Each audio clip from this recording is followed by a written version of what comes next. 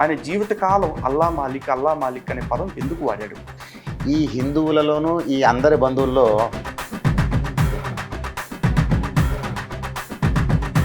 సాయి దేవుడు కాదు అనే ఫస్ట్ పాయింట్ ఒప్పుకుంటున్నారు. దేవుడని చెప్పలే నేను. ఒప్పుకుంటున్నారు కదా దేవుడు కాదు. నేను దేవుడని చెప్పలే. సంస్థానోడు ప్రింట్ చేసి మా హిందువుల చేత ప్రతిరోజు అల్లా ఇలాహి అనిపిస్తా ఉంటే నేను చేతులకు మేకులు కొట్టు కూర్చుంటానా?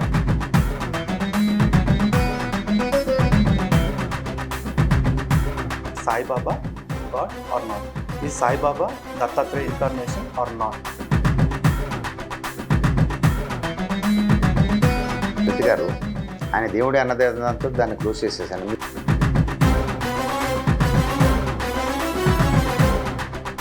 రాముడు దేవుడు కాబట్టి రామాయణం రాశారా రాముడి గురించి, లేకపోతే రామాయణం రాశాక రాముడు దేవుడు అయ్యాడా? నేను సాయిబాబా దేవుడని నేను నమ్ముతున్నాను తప్ప నా దగ్గర ప్రస్తుతానికి ప్రమాణాలు లేవని స్టేట్మెంట్ ఇవ్వగలరా?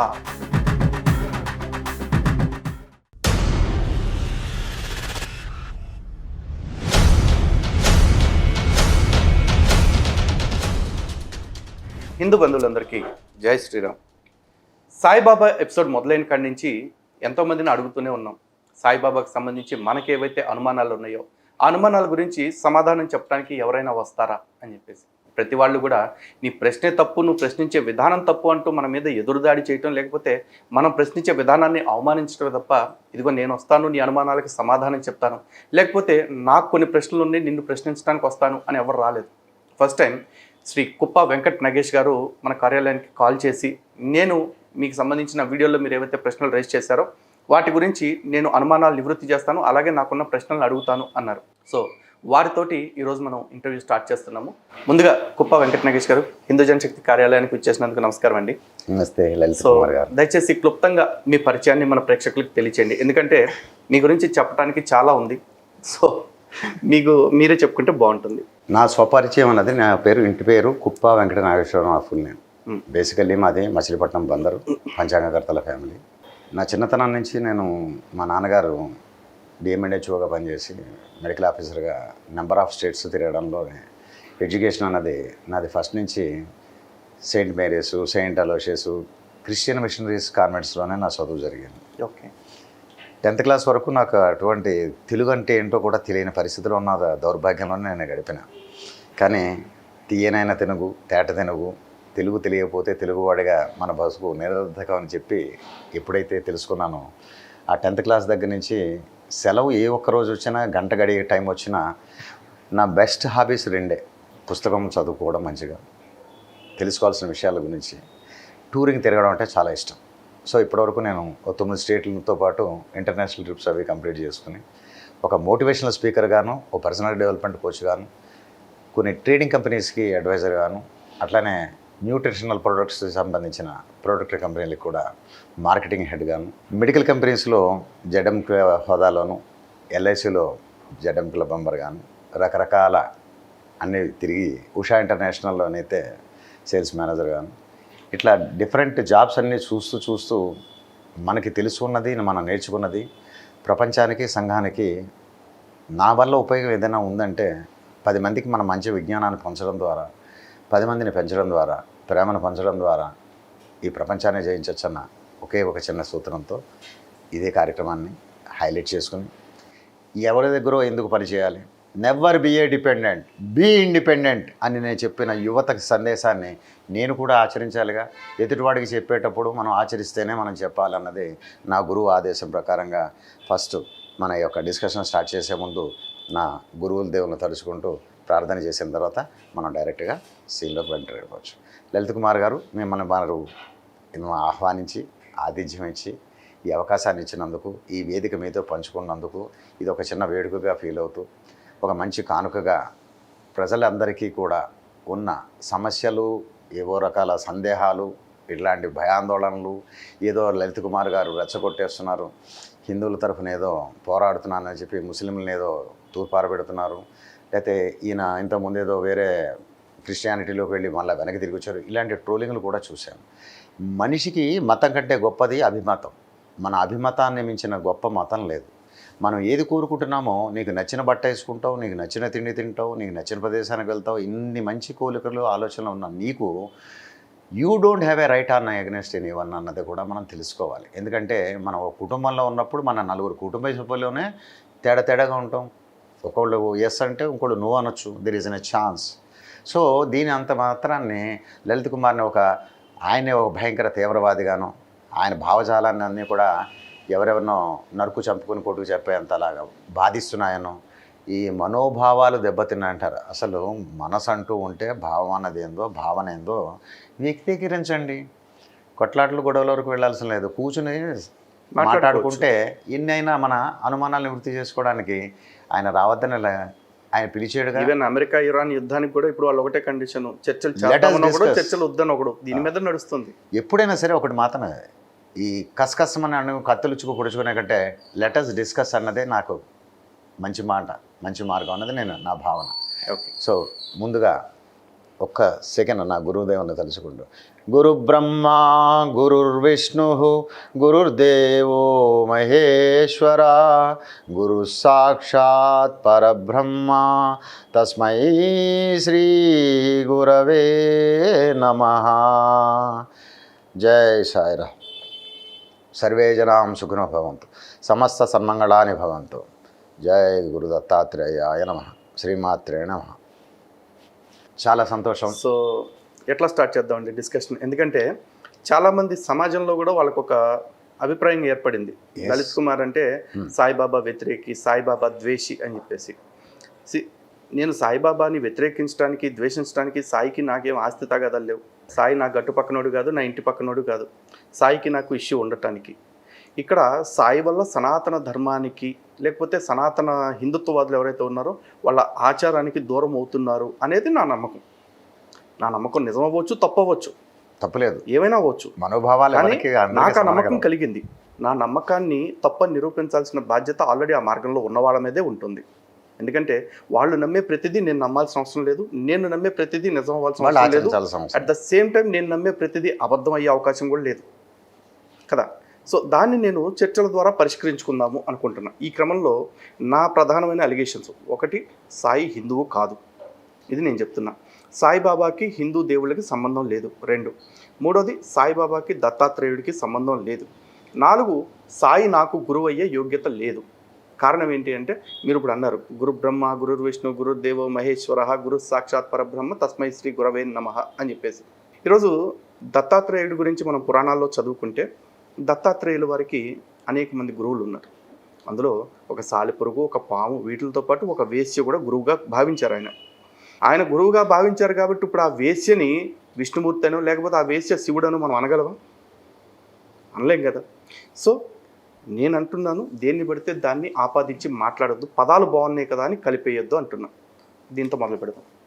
ఒకటి, మీకు లలిత్ కుమార్ గారు మీరు చెప్పిన సనాతన హిందూ ధర్మం, సనాతన హిందూ ధర్మంలో మనం ఫస్ట్ ఇందాక నేను ఒక కొటేషన్ చెప్పాను, సర్వే జనాం సుఖినో భవంతు అనేది. ఈ సర్వజనాలలో ఒక హిందువులే ఉన్నారా, ఒక క్రిస్టియన్లు, ముస్లింలు, మళ్ళీ అయితే ఇంకా వేరే వేరే మతాలు, ఇక్కడ ఒక కులాలు, వర్గాలు, ఎన్నో మంది మనం బతుకుతున్న వాళ్ళల్లో హిందూ అంటేనే మనకి ఏంటంటే, అది ఇంగ్లీష్లో పదం కింద మీరు తీసుకున్నట్టయితే ఒక హెరిటేజ్, హెచ్ అంటే, ఒక ఇంటిగ్రిటీ, ఐ అంటే, ఒక ఎన్ అంటే నేచర్ అన్నది, ప్రకృతి పరంగా మనం ఒక మంచి డిఎన్ఎస్ అన్నది, ప్రతి ఒక్కరితో ప్రేమతత్వంతో కలిసి ముందుకు పోవాలన్నది, డివోషనల్ అన్నది కలిగి ఉన్నామని చెప్పడానికి, యునైటెడ్గా ఉన్నామన్నదే హిందూ అనే పదానికి ఇంగ్లీష్లో చెప్పే నేను అర్థం. హిందూ అంటే ఎవరు అంటే అందరి బంధువు అన్నది మనం ఫస్ట్ మనం ప్రపంచానికి చాటి చెప్పాం. ఎన్ని రకాలుగా చెప్పామంటే, ఎక్కడైనా యుద్ధాలు జరిగినప్పుడు కూడా, పొలిటికల్గా ఉన్నప్పుడు పరిస్థితులు కూడా మనం ఎంతో సాయాలు చేయడానికి మన సైన్యాన్ని పంపించిన రోజులు ఉన్నాయి, మనం ఎన్నో రకాల సామాన్లను కూడా పంపించిన రోజులు ఉన్నాయి, ఆర్థిక సాయం చేసిన రోజులు ఉన్నాయి. అంటే హిందువు అన్నవాడి బుద్ధి ఎప్పుడు కూడా నేను అందరి బంధువులని చెప్పే విధంగా ఉంది. పాయింట్ నెంబర్ 1 నేను ఒక్కొక్క పాయింట్ చెప్తాను మీకు. ఇక్కడ హిందూ ధర్మంలో ధర్మో రక్షిత రక్షిత అన్నది ఏదైతే ఉందో చెప్పండి. ఇక్కడ ఫస్ట్ థింగ్ ఏంటంటే అండి, చాలామంది హిందువులు తీసుకుంటున్న మిస్ఇంటర్ప్రిటేషను సర్వే జన సుఖినో భవంతు. రైట్. నిజానికి సనాతన ధర్మంలో ఎక్కడా కూడా సర్వే జన సుఖినో భవంతు అని ఏ ప్రామాణిక గ్రంథాల్లోనూ చెప్పలేదు. రైట్. కారణం ఎందుకంటే ఏ గురువు ఎవరో గురువు చెప్పిన మాట అది. ఆ ఎవరో గురువు కాదు, ఆదిశంకరాచార్యుల వారితో ఇది స్టార్ట్ అయింది. నేను చెప్తాను, మీకు తెలిసినా తెలియదని కాదు, నేను చెప్తాను వినండి, నేను చెప్పే కంప్లీట్ చెప్తాను. నిజానికి సనాతన ధర్మం యొక్క ప్రాథమిక సిద్ధాంతం ఎప్పుడు కూడా వ్యక్తి మీద ఆధారపడి లేదు, మొత్తం లోకానికి సంబంధించి ఉంటుంది. అందుకే స్వస్తి ప్రజాభ్య పరిపాలయంతాం న్యాయేన మార్గేణ మహిమహీష గో బ్రాహ్మణేభ్య శుభమస్తు నిత్యం లోకా సమస్త సుఖినో భవంతు. సమస్త లోకాలు సుఖంగా ఉండటం అనేది సనాతన ధర్మం యొక్క సంకల్పం. సమస్త లోకాల్లో ఉన్న సమస్తమైన వ్యక్తులు కాదు. అలా అనుకుంటే రావణాసురుడు చేసేది కూడా కరెక్ట్ అని వదిలేయాలి, లేకపోతే కంసుడు చేసింది కూడా సరైనదని సరిపెట్టుకుని వదిలేయాలి. వాళ్ళని కూడా వేసేసారు. ఎందుకు వేసేసారు? వాళ్ళని లేపేస్తేనే సమాజం బాగుంటుంది, లోకాలు సుభిక్షంగా ఉంటాయి. స్వస్తి ప్రజాభ్య పరిపాలయంతాం న్యాయేన మార్గేణ మహిమహీష గో బ్రాహ్మణేభ్య శుభమస్తు నిత్యం అన్నారు. ఇక్కడ గోవులు బ్రాహ్మణులు అనగానే చాలామంది ఏమనుకుంటారంటే ఏదో జంతువుల గురించి లేకపోతే ఒక కులాన్ని గురించి చెప్పారు అనుకుంటారు. కాదండి, మంచి వాళ్ళు, గోవులు అంటే సాధు స్వభావం కలిగిన వాళ్ళు, తెలుసు. ఇలాంటి వాళ్ళు బాగుంటే లోకాలన్నీ బాగుంటాయి. కాబట్టి ప్రజలందరూ కూడా అలాంటి జీవనం గడపాలి. అలాంటి జీవనానికి భిన్నంగా ఉండేవాళ్ళు ఎవరైతే ఉంటారో అలాంటి వాళ్ళని పరిమార్చాల్సిందే, పరిమార్చారు కూడా. దానికోసమే భగవంతుడు అద్యుద్ధానమ ధర్మస్య తదాత్మానం సృజామ్యహం అనుకుని అన్నిసార్లు వచ్చింది కూడా. సో ఇక్కడ సర్వే జన సుఖినో భవంతు అనేది మనం తీసుకోవాల్సిన ప్రమాణం కాదు. రైట్. మీరు చెప్పిన ఇప్పుడు ఏదైతే లోకా సమస్త సుఖినో భవంతు, లలిత్ కుమార్ గారు, మనకు తెలుసున్నది ఊరికనే ముగ్గురు గురించి నేను మాట్లాడతాను. ఈ త్రిగుణాలు అన్న దగ్గర నుంచేనే కాదు, అనేది నేను బేస్ చేసుకొని చెప్తున్నాను. ఇక్కడ ఈ అన్న దాంట్లో ఏంటంటే, ఇక్కడ మీరు ఇందాక చెప్పిన లోకాత్ సమస్త సుఖినో భవంతు అన్నారు. లోకాలు సమస్తం సుఖినో భవంతు అంటే ఆ లోకాలలో మీరు లోకం అన్నది చెప్తే నేను మీకు వివరణ అన్నది ఎందుకు ఇద్దాం అనుకుంటున్నా అంటే, 14 భువనాలు, ఊర్ధ్వలోకాలు అధోలోకాల కింద తీసుకున్న దాంట్లో మానవలోకంలో మనం మానవులుగా ఉన్నాం. ఎవరుగా ఉన్నాం? మానవులం. అవునా? మనదే కులం, మానవ కులం అని అనుకున్నాం. అంటే ఇక్కడ కులాల గురించి అని నేను అనట్లే, మనందరిది ఏంటి అంటే మానవ కులం. అంటే పైన దేవతలు ఉంటారు, స్వర్గం పైన ఉంది అని మీరు చెప్పిన ధర్మాలలోను పురాణాల్లోనూ ఇతిహాసాల్లోనూ ఉన్నదే నేను తిరిగి మీకు చెప్తున్నాను. అక్కడ ఉన్న వాటిని అది కాస్మిక్ ఎనర్జీతో ఆ దేవలోకం అన్నది ఇది మానవలోకం. ఇంక కిందకి వెళ్తే పాతాళ లోకం, రాక్షసులు ఉన్నారనో ఏదో మనకి ప్రమాణాల కింద మనం చెప్పిన వేదాలు పురాణాల్లోనే తీసుకుందాం. ఇక్కడ గుణాల్లో కూడా త్రిగుణాలు అంటున్నాను. ఈ త్రిగుణాల్లో మానవ గుణం అన్నది ఒక రకం అయితే, దేవగుణం అన్నది ఒక రకం అయితే, రాక్షస గుణం అన్నది ఒక రకంగా ఉంటుంది. ఈ రాక్షస గుణం అన్న దానికి ఏంటంటే, రాక్షసి గుణము అంటే 2 కొమ్ములు 2 కూరలు ఉండి ఏదో భయంకర ఆకారంతో ఉన్నదే ఎక్కర్లా. మన మానవుల్లోనే ఈ 3 గుణాలు కలిగి ఉన్నాయి. ఎందుకంటే ఏ మంచి పని చేసినా దేవుడు రా. ఇప్పుడు ఫర్ ఎగ్జాంపుల్ సడన్గా మనం మార్కెట్లో ఉండగా ఏదో అనుకోకుండా ఏదైనా మనకి ఇబ్బంది జరిగినప్పుడు ముక్కు ముఖం తెలియని వాడే కదా, వాడు ఎవడో కూడా తెలియదు, వాడు కులం ఏదో మతం ఏదో ప్రాంతం ఏదో తెలియదు, వాడు వచ్చిన వెంటనే సాయం చేసిన దేవుళ్ళ వచ్చి సాయం చేసేవంటామే తప్ప అక్కడ వాడికి దేవగుణాన్ని మనం ఆపాదించాం.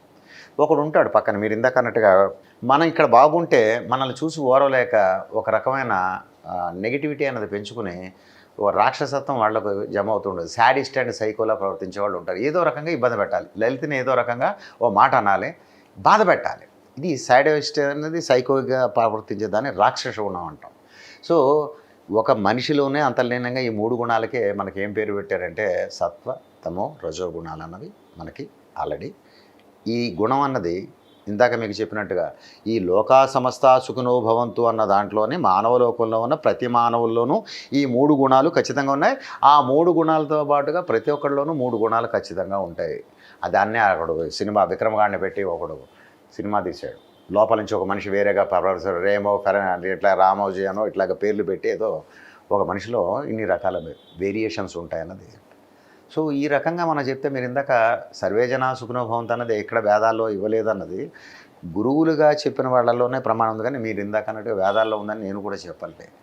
ఏ గురువు అయితే హిందూ మతానికి మూలంగా మొత్తం 4 మఠాలో పీఠాలో పెట్టి హిందూ ధర్మాన్ని ప్రబోధించడానికి నడుం కట్టి అతి చిన్న వయసులోనే ఎవరి కండ్లకి కనబడకుండా కానరాకుండా పోయిన జగద్గురు శ్రీ పరమాచార్య ఆది శంకరాచార్యులు శంకర భగవత్పాదులు. శంకర భగవత్పాదులు అన్నాం మనం. శంకరులు మానవ జన్మే ఎత్తారు కానీ ఆయన భగవంతుడు కాడే అని ఎవరైనా అన్నారనుకోండి, మనకేమనిపిస్తుంది? ఒక భగవత్ అంశ అన్నది ఏంటంటే దానికి వాళ్ళలా కిరీటాలు పెట్టుకునో చంద్రశేఖర గదాల్లో ఏవో పెట్టుకునో మనం ఒక దేవుళ్ళ కనపడాలన్నది కాదు. ఒక సామాన్యమైన మనిషిలో కూడా అంతరాత్మలో ఏ ఆత్మ అయితే ఉందో దాంట్లో ఆ పరమాత్ముడు ఉన్నాడని నమ్మడానికి ఆయనకే మొట్టమొదటి తొలి గురువు అయిన ప్రపంచానికి మూలమైన మేధో దక్షిణామూర్తి అంశ పరమేశ్వరులు వారు ఒక చండాలను రూపంలో ఎదురొచ్చి కూడా శంకరా నీలో ఇంకా కొన్ని రకాల భేషజాలు, అసమానతలు, కొన్ని రుగ్మతలు, కోపం ఇత్యాదివి నీలో ఇంకా నిమిడి ఉన్నాయి. వీటిని మార్చుకుంటే కానీ నువ్వు పరమ పూజ్యమైన ఒక గురువుగా నువ్వు నెరవేరలేవు, నీ సంకల్పం నెరవేరజాలదని చెప్పిన మాట నేను చెప్పలేను. ఇది నేను చాలా చిన్నవాడిని జ్ఞానంలో మన ప్రబోధాలను చేసిన శాస్త్రాల గ్రంథాల్లో చెప్పిన మొట్టమొదటిదే. ఆయన తర్వాత నుంచి ఎవరిని వేరియేషన్స్ లేకుండా అందరినీ సమానంగా చూసే పరిస్థితిలో 4 దిక్కులకు వెళ్ళి మనకి ఒక్కొక్క పీఠాన్ని ఒక్కొక్క ప్లేస్లో మనకి 4 దిక్కుల్లో ప్రతిష్ఠించి హిందూ ధర్మం అనేది ఏంటన్నది మనకి చాటి చెప్పిన పరమ గురువు ఆయన. సో ఇప్పుడు సాయిబాబా టాపిక్లోకి వెళ్తున్నాం, అందుకనే వస్తున్నాం. ఇక్కడ మీకు ఓ మాట చెప్పాలి. ఏదైతే మనకి మీరు ఇందాక సర్వే జనా సుఖనుభవంతో అన్నది లేదన్నారో, కానీ ఒకటైతే చెప్పారు. మొట్టమొదట తొలి గురువు ఎవరు? మాతృదేవోభవ, పితృదేవోభవ, ఆచార్య దేవోభవ, అతిథి దేవోభవ. ప్లేస్ ఎక్కడ భగవంతుడు ఎప్పుడు ముందు తీసుకోలే, లాస్ట్లో 5వ దాంట్లో ఉన్నాడు.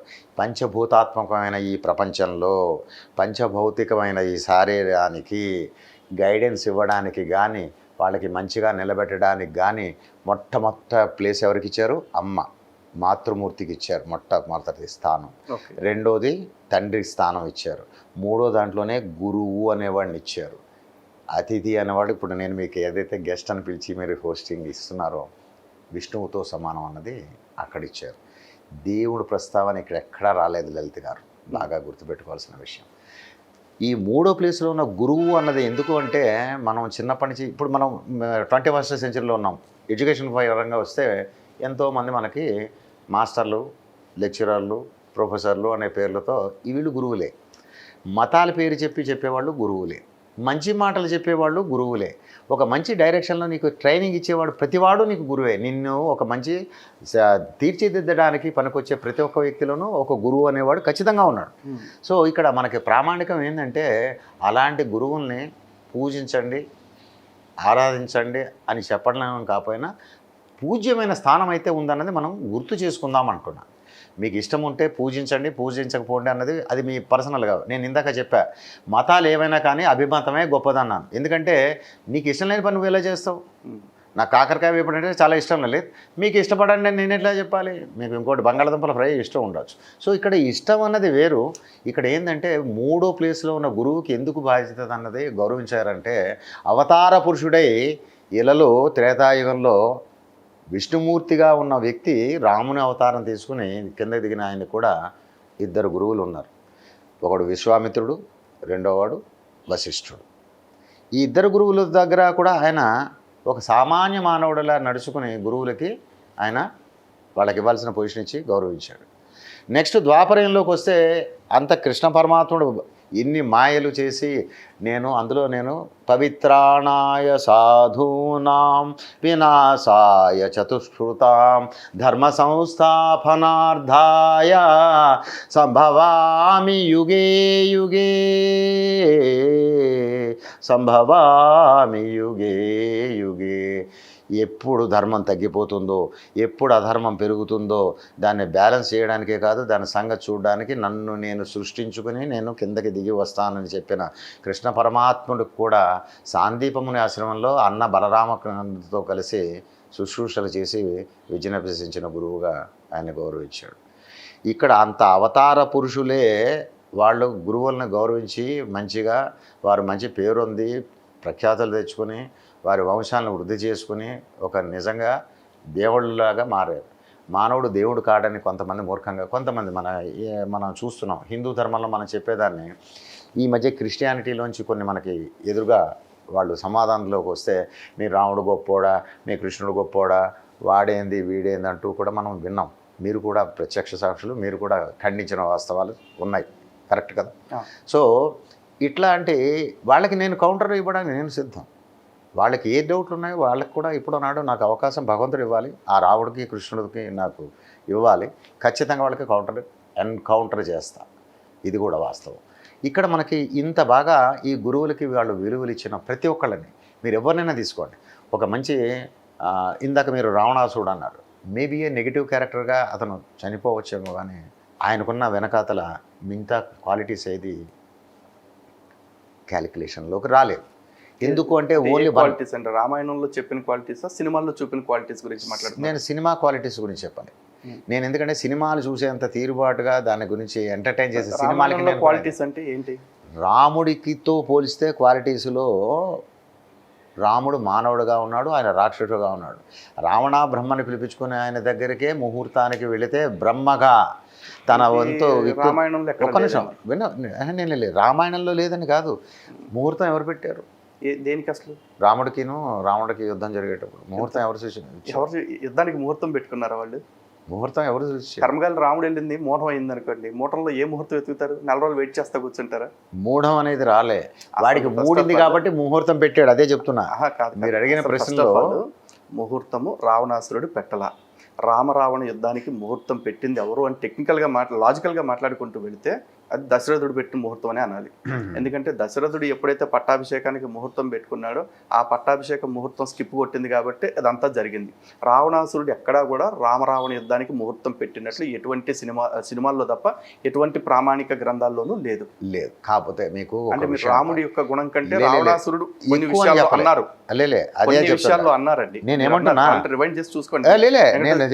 వీడియోని ఎక్కడ ఎడిట్ చేయను, ఈ సాఫ్ట్ కాపీని మీకు కూడా పంపిస్తాను కాబట్టి నేను మళ్ళీ మీకు చెప్తున్నాను. రాముడు కంటే ఒక గుణంలో ఎక్కువ అన్నది ఏంటంటే రాముడు కూడా ఈ ముహూర్తం టాపిక్ క్లోజ్ చేద్దాం. ఇది కంక్లూడ్ అయిన తర్వాత నెక్స్ట్ దానికి వెళ్దాం. మీరు అన్నారు కదా దశరథుడు పెట్టాడు అన్నారు. దశరథుడు ఇంకెక్కడ ఉన్నాడు? రామరావణ యుద్ధం టైంలో దశరథుడే లేడు. దశరథుడు పట్టాభిషేక ముహూర్తానికి ప్లాన్ చేశారు, కానీ అది స్కిప్ కొట్టి రాముడు వనవాసానికి వెళ్ళటం, సీతాపహరణం జరగటం, రావణ వధ జరగటం, ఇదంతా విధి అనుసారమే జరిగింది తప్ప రావణాసురుడు రాముల వారికి యుద్ధం కోసం ముహూర్తం పెట్టలేదు. రైట్, ముహూర్తం పెట్టలేదు. ఇది విత్డ్రా చేసుకుంటున్నారా?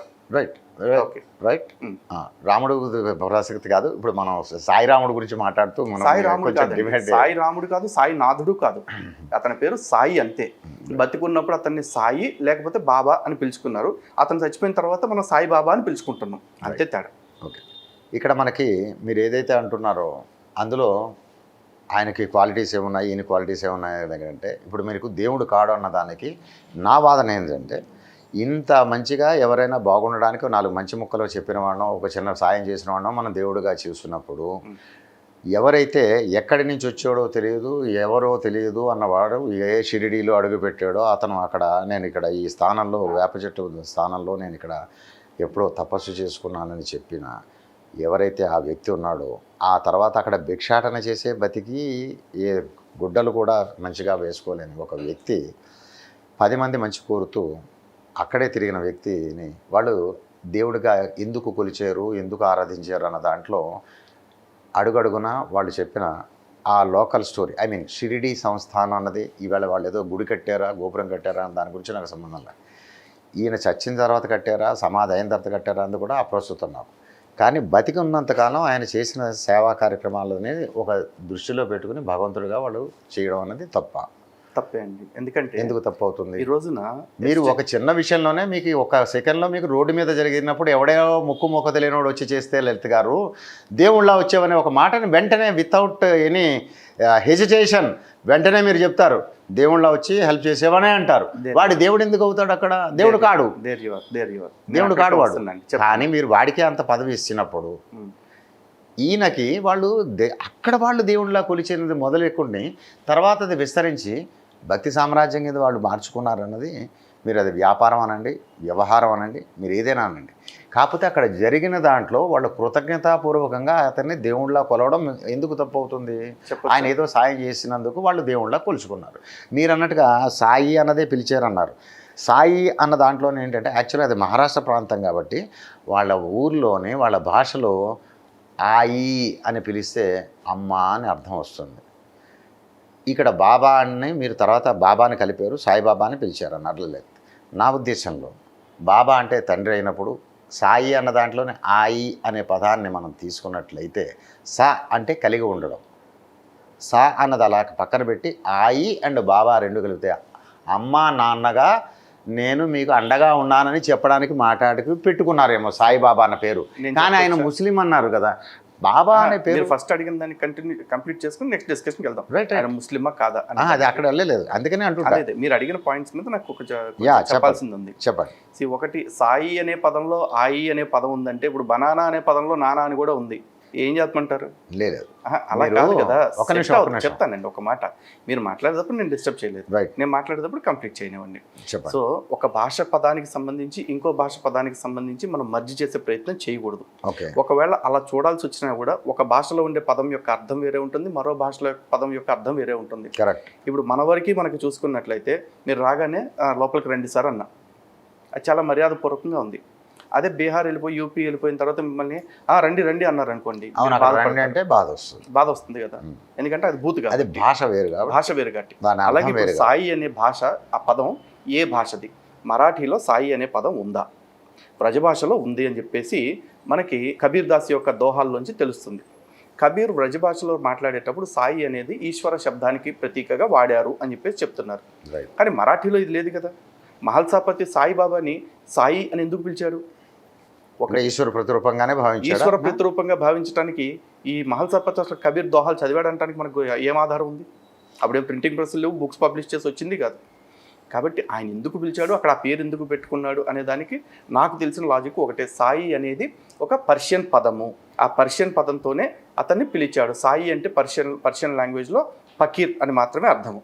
ఇది నాకు ChatGPTలో వచ్చిన ఇన్ఫోనే నేను చెప్తున్నాను, నేనేం ప్రామాణిక గ్రంథాల్లోంచి వచ్చిందని నేను చెప్పట్లేదు. రెండోది, మనకి రోడ్డు పైన ఎవడో సాయం చేస్తే వాడి మంచితనాన్ని చూసి మనం వాడిని దేవుడు అంటాము అంటే అది వాడి మంచితనాన్ని బట్టి కాదు, మన మంచితనాన్ని బట్టి, మన కృతజ్ఞతా భావాన్ని బట్టి. ఈ రోజున చనిపోయేదాకా కూడా చెడుతనాన్ని బయటపడకుండా మంచిగా నటించే చెడ్డవాళ్ళు చాలామంది ఉంటారు. ఉదాహరణకి కొన్ని లక్షల కోట్ల దాత బిల్ అండ్ గేట్స్ ఫౌండేషన్ అని చెప్పేసి, మిలిందా గేట్స్ ఫౌండేషన్ అని పెట్టి లక్షల కోట్లు పంచాడు. కానీ ఆ లక్షల కోట్లు పంచిందే మనం ఎన్నాళ్ళు చూసాం. ఒక్క నెల రోజుల క్రితం ఎప్స్టీన్ ఫైల్స్ బయటకు వచ్చిన తర్వాత ఏం తెలిసింది? చాలా పెద్ద నేర సామ్రాజ్యం, చాలా మంది ఆడవాళ్ళ జీవితాలతోటి ఆడుకున్నట్టు తనకున్న డబ్బులతోటి. ఈ ఎప్స్టీన్ ఫైల్స్ బయటికి రాకుండా బిల్ గేట్స్ చచ్చిపోతే బిల్ గేట్స్ని ప్రపంచం ఒక ఫిలాంథ్రఫిస్ట్గానే గుర్తుపెట్టుకునేది, ఒక దాతగానే గుర్తుపెట్టుకునేది. దానాన్ని తప్పు పట్టట్లా నేను, కానీ అన్ని దానాలు చేశాడు కాబట్టి కొంతమంది ఆ డబ్బుతోటి కొంతమంది ఆడవాళ్ళ జీవితాలు పాడు చేస్తానంటే సనాతన ధర్మం అయితే అటువంటి ఎగ్జంప్షన్స్ ఇవ్వదు. ఓకే. రెండోది, మదర్ తెరిసా చాలా గొప్ప గొప్ప సేవా కార్యక్రమాలు చేసింది. ఆమెను చాలామంది హిందువులు కూడా దేవతలాగా చూస్తారు. అని హెల్స్ ఏంజల్ అంటే క్రిస్టోఫర్ హిచెన్స్కి ఇచ్చిన ఒక ఇంటర్వ్యూలో, ఒక డాక్యుమెంటరీలో ఆమె స్వయంగా చెప్పిన స్టేట్మెంట్, 29,000 మంది నా చేతుల మీద చనిపోయారు, వాళ్ళందరినీ మతం మార్చాను, చనిపోయి చివరి స్టేజ్లో కూడా వాళ్ళని యేసుక్రీస్తు మతంలోకి బాప్తిజం ఇప్పించాను అని చెప్పేసి చెప్పింది ఆవిడ. ఇదంతా మనకు కనపడదు. ఆవిడ చేసిన సేవను మాత్రమే చూసి ఆవిడని దేవతగా చూస్తున్నాము అంటే ఎవరు మంచితనం? అది మదర్ తెరిసా మంచితనమా? మదర్ తెరిసా అని దేవతగా చూస్తున్న భారతీయులు మంచితనం కదా. ఇప్పుడు వాళ్ళ చెడుతనం మనకు తెలియకుండా ఉంది కాబట్టి వాళ్ళు గొప్పోళ్ళుగా భావించుకుంటున్న మన అమాయకత్వం. కానీ వాళ్ళు దేవుళ్ళు ఎవరు, దేవతలు ఎప్పటికీ ఎవరు. అలాగే సాయిబాబా విషయం కూడా, సాయి చనిపోయేదాకా కూడా మీకు ఇటుక నెత్తి కింద పెట్టుకుంది, చిరిగిపోయిన కఫ్ని కట్టుకుంది, ఇదే కనపడుతుంది. కానీ సాయిబాబా ఆ ఊర్లో ఎంతమంది శిష్యులు ఉన్నారు ఆయనకి? హేమత్ పంత్ కానీ, లేకపోతే నానాజీ కానీ, తాత్య కానీ, మహల్సాపతి కానీ, లేకపోతే ఇంకా కోటే అని చెప్పేసి ఎవరో ఉంటారు, చాలా మంది ఉన్నారు కదా. బుట్టే ఆ గుడి కట్టించిన ఆయన, వీళ్ళందరూ ఆయన శిష్యులేగా. వాళ్ళందరూ లక్షల కోట్ల ఆస్తులు ఉన్నోళ్ళే ఆ రోజుల్లోనే. ఆ బుట్టే గారు ఆ రోజుల్లోనే 60,000 పెట్టి గుడి కట్టించాడుగా. ఈ డబ్బంతా ఎవరి పేరు మీద కట్టించాడు? సాయిబాబా గారి పేరు మీద కదా. సాయిబాబా గారు జీవిత చరమాంకం దాకా కూడా ఆయన బ్యాక్ అండ్ ఆయన ఇంటెంట్ ఏంటి అనేది మనకు బయటపడలేదు. కానీ ఆయన ఇంటెన్షన్ ఏమీ లేకపోతే కనుక ఆయన జీవితకాలం అల్లా మాలిక్ అనే పదం ఎందుకు వాడాడు? చెప్పండి. ఇప్పుడు మీకు ఇందాక మీరు అన్నారు, చాలా మంచి వ్యాపారం చెప్పారు, ఎదుటివాడిని దైవంగా చూసేంత గొప్ప విశాల హృదయం ఎవరికి ఉంది? ఇందాక మీరు మొట్టమొదట నా ఇంటర్వ్యూలో అదే చెప్పిన, హిందువు అంటే వీడు అందరి బంధువే, ఎవరిని శత్రువుగా చూసే మనస్తత్వం లేనివాడు, మంచి విశాల హృదయం కలిగిన వాడు అన్నది నేను ఫస్ట్లోనే మీకు మొట్టమొదటి ఇదే చెప్పా. ఈ హిందువులలోనూ ఈ అందరి బంధువుల్లో మా లలిత్ కుమార్ లేడండి. లలిత్ హిందువు కాదా? కాదు. హిందువే అలా కాదు, మీరు అనుకునే లాంటి హిందూ కాదు లలిత్ కుమార్. అందరినీ సమాన దృష్టితో చూడగలిగి, అందరినీ ప్రేమించగలిగి, అందరినీ అభిమానించే హిందువు కాదు. సీతాన్వేషణకు సహకరించిన సుగ్రీవుడిని, సీతను కిడ్నాప్ చేసిన రావణుని సమదృష్టితో చూసే అంత గొప్పోడైతే లలిత్ కుమార్ కాదు. సుగ్రీవుడు సాయం చేసేవాడు అన్నది రామాయణం చదువుకున్న ప్రతి ఒక్కడికి తెలుస్తుంది. రావణాసుడు కిడ్నాప్ చేసిన సంగతి ప్రతి ఒక్కడికి తెలుస్తుంది కదా. కానీ మరి అలాంటి నీచ పని చేసిన వాడిని, ఇలాంటి సాయం చేసిన సుగ్రీవుడిని ఒకే ఘాటిని కట్టి చూసేలాంటి హిందువుని నేను కాదు. నేను రావణాసురుడు లాంటి వాడు నాకు ఎదురు పడితే తలగొట్టేయటానికి సిద్ధపడతాను. రైట్. ఇక్కడ మీకు ఏంటంటే ఆయన బంధువు కాదు, మనం హిందువులం కామన్న దానికి మనకు ఒక క్లారిటీ వచ్చింది. ఎందుకంటే అయ్యో ఇక్కడ మీరు హిందువులు అందరూ బంధువులు అంటున్నారండి, కానీ పాండవులు కౌరవులు బంధువులే, రావణుడు విభీషణుడు బంధువులే, రక్త సంబంధికులే. కానీ అధర్మం జరిగినప్పుడు ధర్మబద్ధంగా ఉన్న వాళ్ళ పక్కన భగవంతుడు నిలబడి అవతలను కొట్టించేశాడు. నేను అదే చెప్తుంటా, నేను అలాంటి హిందువుని అంటున్నా. మీరు అన్నది అదే. ఇప్పుడు అలాంటి హిందూ భగవంతుడి నుండి పక్కన కొట్టించాడు అన్నాడు. ఆ భగవంతుడు నీలో లేడా అని నేను అడుగుతున్నా. ఉన్నాడు కాబట్టి కదా, నీలో ఉన్నాడు. నువ్వు దానికోసమే కదా ఇది మొదలుపెట్టింది. అంతే. ఏంటంటే ఆయన ముస్లిం అనేది మనకి కాంటెస్ట్ అన్నది మీరు ఇందాక తర్వాత మాట్లాడదాం ఉన్నారు. ఇప్పుడు ఇక్కడ మీరు అడుగుతున్న దాంట్లోనే ఆయన్ని అందరూ దైవంగా కొలిచే కార్యక్రమానికి ముఖ్య సూత్రం అన్నది వాళ్ళ ఫీలింగ్. అది ఇది ఇంటర్నల్ ఫీలింగ్, అది వాళ్ళ ఇంటర్నల్ ఫీలింగ్ ఏందో తీసుకోమంటున్నాను. ఇప్పుడు నాకు ఇష్టమైన పని నేను చేస్తానని మీరు నిర్మమాటంగా మీరే రకంగా చెప్తున్నారో వాళ్ళు చేస్తుంది అదేగా. మాకు ఇష్టమై మేము ప్రేమించాము, మాకు ఇష్టమై మేము పూజిస్తున్నాము, మేము ఇష్టమయ్యే వెళ్తున్నాము అని చెప్తున్నారు కదా. నిమిషం సార్, ఇక్కడ మీకు సాయి భక్తులకి అందరికీ కంబైన్డ్ క్లారిటీ ఒకటి ఇవ్వాల్సింది ఏంటంటే, మేము ఇప్పుడు కానీ మొదటి నుంచి కానీ అసలు సాయిబాబాని పూజించడానికి వీల్లేదు, సాయిబాబా అనేవాడు దర్గాలు ఉండటానికి వీళ్ళు మొత్తం కూలగొట్టండి అని మేము అంటలా. సాయిని హిందువులు పూజించాల్సిన పని లేదు, సాయికి హిందుత్వంతో సంబంధం లేదు, ఇది మేము చెప్తున్నాం. ఎందుకంటే సాయి మతం అని పెట్టుకుని సాయికి చర్చి కట్టుకుంటారా, దర్గా పెట్టుకుంటారా మీ ఇష్టం. ఎందుకంటే సాయి మతం అని పెట్టుకున్నారు కాబట్టి. క్రిస్టియానిటీ ఎట్లాగో, ఇస్లాం ఎట్లాగో, బౌద్ధం ఎట్లాగో, జైనం ఎట్లాగో, పార్సీ ఎట్లాగో, లేకపోతే ఇంకా మిగతా మతాలు ఎట్లాగో, అలాగే అనేది నడుస్తుందా? సాయి మతమే నడుస్తుందండి. సాయి మతం అంటూ బౌద్ధ మతం అన్నది విన్నాం, కానీ సాయి మతం అన్నది ఇప్పటివరకు ఎవరు అబుల్ నరసింహం అని చెప్పేసి ఇంకొక అతను ఉన్నాడు, సాయి భక్త ప్రచారకుడే. అతను కంప్లీట్గా సాయి మతం అనే పెట్టుకుని ప్రచారం చేసుకుంటున్నాడు. అలాగే శరత్ బాబూజీ అని చెప్పేసి ఎకరాల భరద్వాజ్ గారు తోడల్లో ఒక ఆయన ఉన్నాడు. ఆయన ఒక సపరేట్ వ్యవస్థ పెట్టాడు. ఆయన ఇప్పుడు లేడు, బట్ ఆయన వ్యవస్థ నడుస్తూ ఉంది. ఆయన సాయి పదం అని చెప్పేసి పెట్టుకుని నడిపించుకుంటూ ఉన్నారు. అలా సపరేట్గా తీసుకెళ్ళిపోయి నడిపించుకుంటే నాకు అబ్జెక్షనే లేదు. కానీ సాయి దత్తాత్రేయుడు అవతారం, సాయి విష్ణుమూర్తి అవతారం, సాయి శివుడు అవతారం, సాయి డాష్ అవతారం, డస్క్ అవతారం అని చెప్పేసి అంటే నేను చూస్తూ కూర్చోను. ఎందుకంటే సాయిబాబాకి సనాతన ధర్మంలో వచ్చిన అవతార పరంపరకి అసలు సంబంధమే లేదు. అవతార పరంపరలో వచ్చిన ఏ భగవంతుడికి ఒక్క లక్షణం కూడా సాయికి లేదు. గురు పరంపరలో వాళ్ళు గురువుగా యాక్సెప్ట్ చేసిన దాంట్లో వాళ్ళు దైవంగా తీసుకున్నారు. ఇక్కడ ప్రాబ్లం అదే. కొంతమంది గురువు అంటారు, కొంతమంది అవధూత అంటారు. నేను ఇంకోటి కాడికి వచ్చేసి దేవుడని నేను ఎక్కడ చెప్పలేదుగా మీకు. దేవుడని చెప్పాను, నేను అదే చెప్తున్నాను. ఫస్ట్ నేను దేవుడని చెప్పట్లేదు. ఆయన గురువునే దైవంగా కొలిచి మార్చేది మన ధర్మం అన్నది ఏదైతే మీరు ఇందాక లోక సాయి దేవుడు కాదు అని ఫస్ట్ పాయింట్ ఒప్పుకుంటున్నారు. దేవుడని చెప్పలే, నేను ఒప్పుకుంటున్నారు దేవుడు కాదు, నేను దేవుడు అని చెప్పలే. మరలా మీకు అదే చెప్తాను, క్లారిటీ. ఆయన గురువు, మీరు దేవుడు కాదు అని చెప్పలేదు అంటున్నారు, దేవుడు కాదు అని ఒప్పుకోండి అంటే ఒప్పుకోవట్లేదు ఎందుకని? ఎట్లా? ఇప్పుడు గురువే దైవం అన్నది మన ధర్మంలోనే మనకి చెప్పిన దాన్ని బేస్ చేసుకుని మరి దైవంలో నేను అడిగాను. ఒక వేశ్యని గురువుగా అనుకున్నారు, తప్పులేదుగా. ఆ వేశ్య బ్రహ్మ అవుతుందా, విష్ణు అవుతుందా, శివుడు అవుతుందా? మరి అంత గురువు పొజిషన్లో ఉన్న దత్తాత్రేయులు వారే ఒక వేశ్యనే గొప్పగా చూడగలిగిన రోజుని ఆయన అందులో గురువుని చూశాడు. మీరు ఇందాక అన్నారు కదా, ఒక రావణాసుడు అనేవాడు రాక్షసుడిలో క్వాలిటీ అన్నారు. వానికి ఒక పొద్దున్నే లేచిన వెంటనే శివుడికి అభిషేకం చేసుకునే గుణం ఉంది. వాడు ఉమనైజర్, వాడు ఒక వేషని తెచ్చుకున్నవాడు. వాడు వేరే చోట ఉన్నప్పుడు కూడా తెల్లవారు లేచి ఆ మత్తులో టైం దాటిపోతున్న ఆఖరి నిమిషంలో ఒక రాక్షసుడు ప్రవృత్తి, రావణాసుడు లాంటి వాడే. వాడికి ఏంది కనబడిందంటే ఆ స్త్రీ యొక్క రొమ్మునే శివలింగం తీసుకుని దానికి అభిషేకం చేసుకుని వాడి శివభక్తిని చాటుకున్నాడు అన్నది వాడు గొప్పోడైపోయాడు. అంటే అక్కడ ఏంటంటే మీకు చెప్పేది అదే. ఇప్పుడు 100 పనులు చేసిన దాంట్లో 99 మంచి పనులు ఉన్నా పర్వాలేదేమో, కానీ ఒక్క చెడ్డు పని ఉన్నా ఈ 99 గాలి కొట్టుకుపోతాయి. అది సనాతన సిద్ధాంతాలకు కంప్లీట్గా వ్యతిరేకం అండి. అవశ్యం అనుభోక్తవ్యం కృతం కర్మ శుభ అశుభం, నా భుక్తం క్షేతే కర్మ కల్పకోటి శతైరపి. మీరు చేసుకున్న పుణ్యానికి పుణ్యాన్ని అనుభవిస్తారు, పుణ్యఫలాన్ని, పాపానికి పాప ఫలాన్ని అనుభవించడం వేరు. నేను చెప్తాను సార్, ఈ 99 మంచి పనులు కూడా ఒక చెడ్డ పని వల్ల కొట్టుకుపోతాయి అంటే సమాజంలో కొట్టుకుపోతాయి తప్ప పరమాత్ముల లిస్టులో అది చెప్తున్నా. ఈవేళ మనం సమాజంలో ఉన్నామా దేవుడి దగ్గర మీరు ఉన్నామా? మాట్లాడిన దానిలోంచి చెప్తున్నా. మనం సమాజంలోనే బతుకుతున్నామా లలిత గారు? నేను అనేది అదే, ఎవడైనా భగవంతుడు ఉన్నాడు అన్నది ప్రతి ఒక్కడికి నేను చెప్పేది ఒకటే. నేను చెప్తాను సార్. నిజంగా పైన లోకం ఉందా, దేవేంద్రుడు స్వర్గం ఇచ్చాడా, రంభావరుసులు ఉన్నారా, ఇవి కూడా నేను డిస్కషన్ టాపిక్ అది కాదు. ఉన్నంతకాలం మనిషి అనేవాడిగా నువ్వు ఉన్నంతకాలం నువ్వు మమకారాలని పెంచుకుంటూ వెళ్ళు, అహంకారాలకు పోకున్నది మనం ఒక మనిషిగా ప్రవర్తిద్దామనే మీరు హ్యుమానిటీ గ్రౌండ్స్లో మాట్లాడారు. డిబేట్ ముందు ఒక మాట చెప్పారు నాకు, రైట్ క్రాస్ టాకింగ్ చేసుకోవద్దు, ఒకరినొకరు ఓవర్లాప్ చేసుకోవద్దు అన్నారు. రైట్. నేను ఆ మర్యాదను పాటిస్తున్నాను. మీరు ఒక 3 పాయింట్స్ లేపారు. ఆ 3 పాయింట్స్కి నేను సమాధానం చెప్పండి సార్. ఒకటి చెప్పాను. చెప్పండి. రెండోది, రావణాసురుడు పరమశివభక్తుడు, ప్రతిరోజు శివారాధన చేయకుండా బయటికి వెళ్ళేవాడు కాదు అన్నారు. సినిమా రావణాసురుడు గురించి నాకు తెలియదు. నేను రావణాసురుడు గురించి చెప్పలే, రావణాసురుడు కూడా శివభక్తుడే, అలాంటి రాక్షసుడే ఇంకోటి ఎవడో ఉన్నాడు అన్నాను. రావణాసురుడు గురించి చెప్పలే. నేను చెప్తాను సార్, అదే మీరు విన్నారు కదా, రివీల్ చేసి చూసుకోండి. రావణాసురుడు కూడా రాక్షసుడే అన్నారు, వాడు శివభక్తుడే. అదే చెప్తున్నాను. రావణాసురుడు ఎలాంటి శివభక్తుడు అంటే ప్రతిరోజు శివారాధన చేస్తున్నట్లుగా రామాయణంలో అయితే పెద్ద ప్రస్తావన ఏం లేదు. అంత వీరభక్తుడిగాను రామాయణంలో ఎక్కడ చెప్పాల. అలాగే రావణకృత శివతాండవ స్తోత్రం గురించి కూడా, ఆ శివతాండవ స్తోత్రం కూడా రామాయణం బయట రాయబడింది తప్ప రామాయణ అంతర్గతమైంది కాదు. ఓకే, ఇక రెండో వాడు ఎవరో స్త్రీ యొక్క స్తన్యంలో శివలింగాన్ని శివదర్శనం చేసుకున్నాడు అని చెప్పేసి అన్నారు.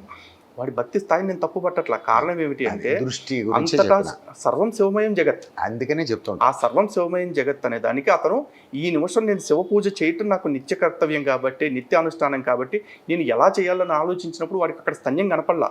ఆ స్తన్యం దగ్గర కూడా శివలింగమే కనపడింది, శివుడే కనిపించాడు. అది వాడి చూస్తున్న అద్వైతం. అది ఆ అద్వైత స్థితికి ప్రతివాడు చేరాలని నేను మనస్ఫూర్తిగా కోరుకుంటాను. నేను చెప్పేది దాన్ని ఇక్కడ సాయిబాబాకి ఆపాదించారు. సాయిబాబాకి ఆపాదించడం కాదు, నేను అదే ఇందాకనే మీకు చెప్తున్నా. మీరు ఎంతసేపు మీ బుర్రలో ఆడు సాయి, అది బాబా, ఆ సాయిబాబా అన్న పదమే మీకు తిరుగుతోంది సార్ లలిత్ గారు. ఓకే, నేను చాలా క్రిస్టల్ క్లియర్గా చెప్పినాను ఇందాక ఒక మాట.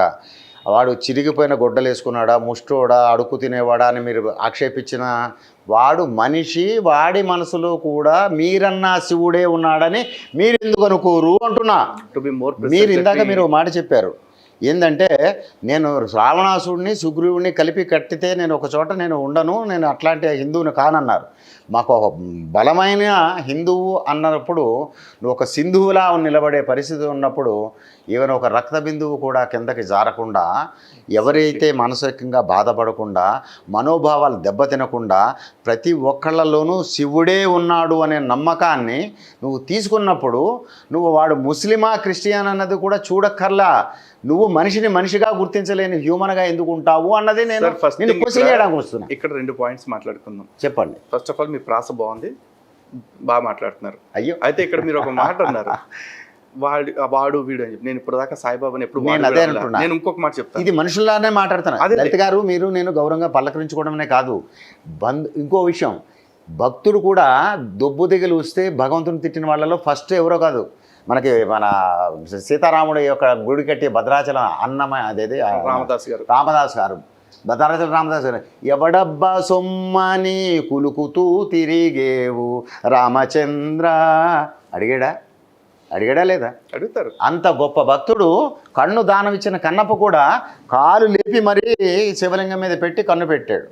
అయితే శివుడు ఏమనుకున్నాడు, తన్నాడు అనుకున్నాడు? కాదండి, ఇప్పుడు మీరు మాట్లాడుతున్న కాన్సెప్ట్కి ఈ రెండింటికి డిఫరెన్స్ ఉంది. ఎందుకంటే ఆ రోజు రామదాసు గారు చేసింది నిజంగా నిందే, కాకపోతే అది నిందాస్తుతి. ఎందుకంటే మనం ఏ భగవంతుడికైతే కైంకర్యాలు చేస్తున్నామో ఆ అక్కరకు రాని చుట్టము మొక్కిన వరమియ్యని వేలుపు అన్నట్లుగా పట్టించుకోకపోతే కోపం వచ్చింది, మాట్లాడాడు. ఆ పాట పాడిన ఆయనే చివరిలో ఆక్రోశంతో బాధతో మాట్లాడాను, నన్ను వర్ణించు రామా అని చెప్పి మాట్లాడు. ఇక రెండవది, కన్నప్ప గారు కాలు పెట్టింది అహంకరించి కాదు, అజ్ఞానంతో కాదు. అందుకనే పరమాత్ముడు ఎందుకు యాక్సెప్ట్ చేశాడంటే అక్కడ కన్నప్ప భక్తి చూసారు. కారణం ఏంటంటే ఒక కన్ను సమర్పించేశాడు. కన్ను సమర్పిస్తే తీసేస్తే నీకు ఎక్కడ కన్ను పెట్టాలో తెలియదు కాబట్టి పెడుతున్నాను అంటే అక్కడ అక్కడ ఒక విషయం, కన్నప్పకి శివుడికి ఉన్న అద్వైతాన్ని చూడండి. అనుబంధం, అద్వైతం అనుబంధం అనేది అది అనుబంధం కాదు సార్, అది అనుబంధం కాదు, అద్వైతం. అంటే నీకు నాకు ఏం తేడా ఉంది, నాకన్నే నీకు ఇస్తున్నా, నువ్వు నేను ఒకటైపోతున్నా అన్నదాంతో కన్నప్పకి మోక్షం వచ్చింది, రామదాసుకి మోక్షం వచ్చింది. కానీ ఇక్కడ మీరు మాట్లాడుతున్న దానిలో శాస్త్రం గురించి టాపిక్ తెచ్చారు, దాని గురించి మాట్లాడుతున్నా. ఇక్కడ సాయిని నేను దేవుడు అనుకోవాలన్నా, లేకపోతే ఇంకో వ్యక్తిని దేవుడు అనుకోవాలన్నా, లేకపోతే ఒక గురువుని దైవంగా భావించాలన్నా, పరమాత్మ శ్రీకృష్ణ భగవంతుడు మాకు చెప్పింది ఏంటి? తస్మాత్ శాస్త్రం ప్రమాణం కురితే కార్యకార్య వ్యవస్థిత. ఏదైనా పని చెయ్యాలన్నా చెయ్యకూడదన్నా. ఎందుకంటే సనాతన ధర్మంలో చాలా మందికి కర్మ గురించి తెలుసు కానీ అకర్మ వికర్మ గురించి తెలియదు.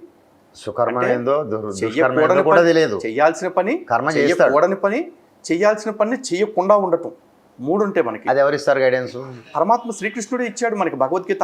భగవద్గీతలో మనకి గీతోపదేశం చేశారు. దాన్నే కర్మ సిద్ధాంతం. ఈ కర్మ సిద్ధాంతంలో కర్మ అకర్మ వికర్మల గురించి మొత్తం స్పష్టంగా ఉంది.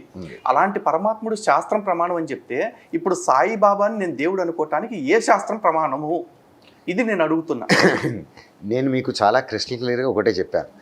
మనుధర్మశాస్త్రంలో మనువో మనసో మనోభావాలు అని ఇన్ని పేర్లు ఏదైతే మీరు అందరూ వాడుతున్నారో, ఒక మనిషిగానే మనలోనే దేవుడు, నీలోనే గలడు శివుడు, నీలోనే గలడు శివుడు అంటూ ఇంకో పాట కూడా మీరు వినే ఉంటారు.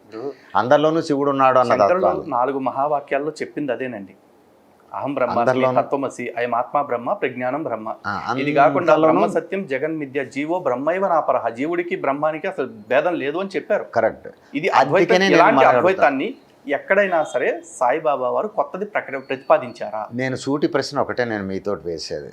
ఇన్ని పరిజ్ఞానాలు మీలో పొందుపరుచుకున్న వ్యక్తిగా, పరిపూర్ణమైన జ్ఞానిగా, ఒక వ్యక్తికి వ్యక్తిగత విలువలు ఇవ్వగలిగిన వ్యక్తిగానే కాక అంతరాత్మలోనూ ఆత్మలోనూ పరమాత్ముడైన ఆ పరమాశివుడై ఉన్నాడనే భావనతో సాటి మనిషితోటి మనం ఎవరితైనా సరే నీలోనూ మన పాయింట్ డివేట్ అయిందండి. మళ్ళీ బ్యాక్ టు పాయింట్ నేను అడుగుతున్నాను, మళ్ళీ స్పష్టంగా అడుగుతున్నా. సాయిబాబా దేవుడు అని నేను ఎక్కడ అనలేదని మీరు అన్నారు. చెప్తాను సార్ ఒక మాట. దేవుడుగా కొలిచారు, నేనండం కాదు, దేవుడుగానే కొలుస్తున్నారు. మళ్ళీ కంప్లీట్ చేస్తాను, క్వశ్చన్ కంప్లీట్ చేస్తాను.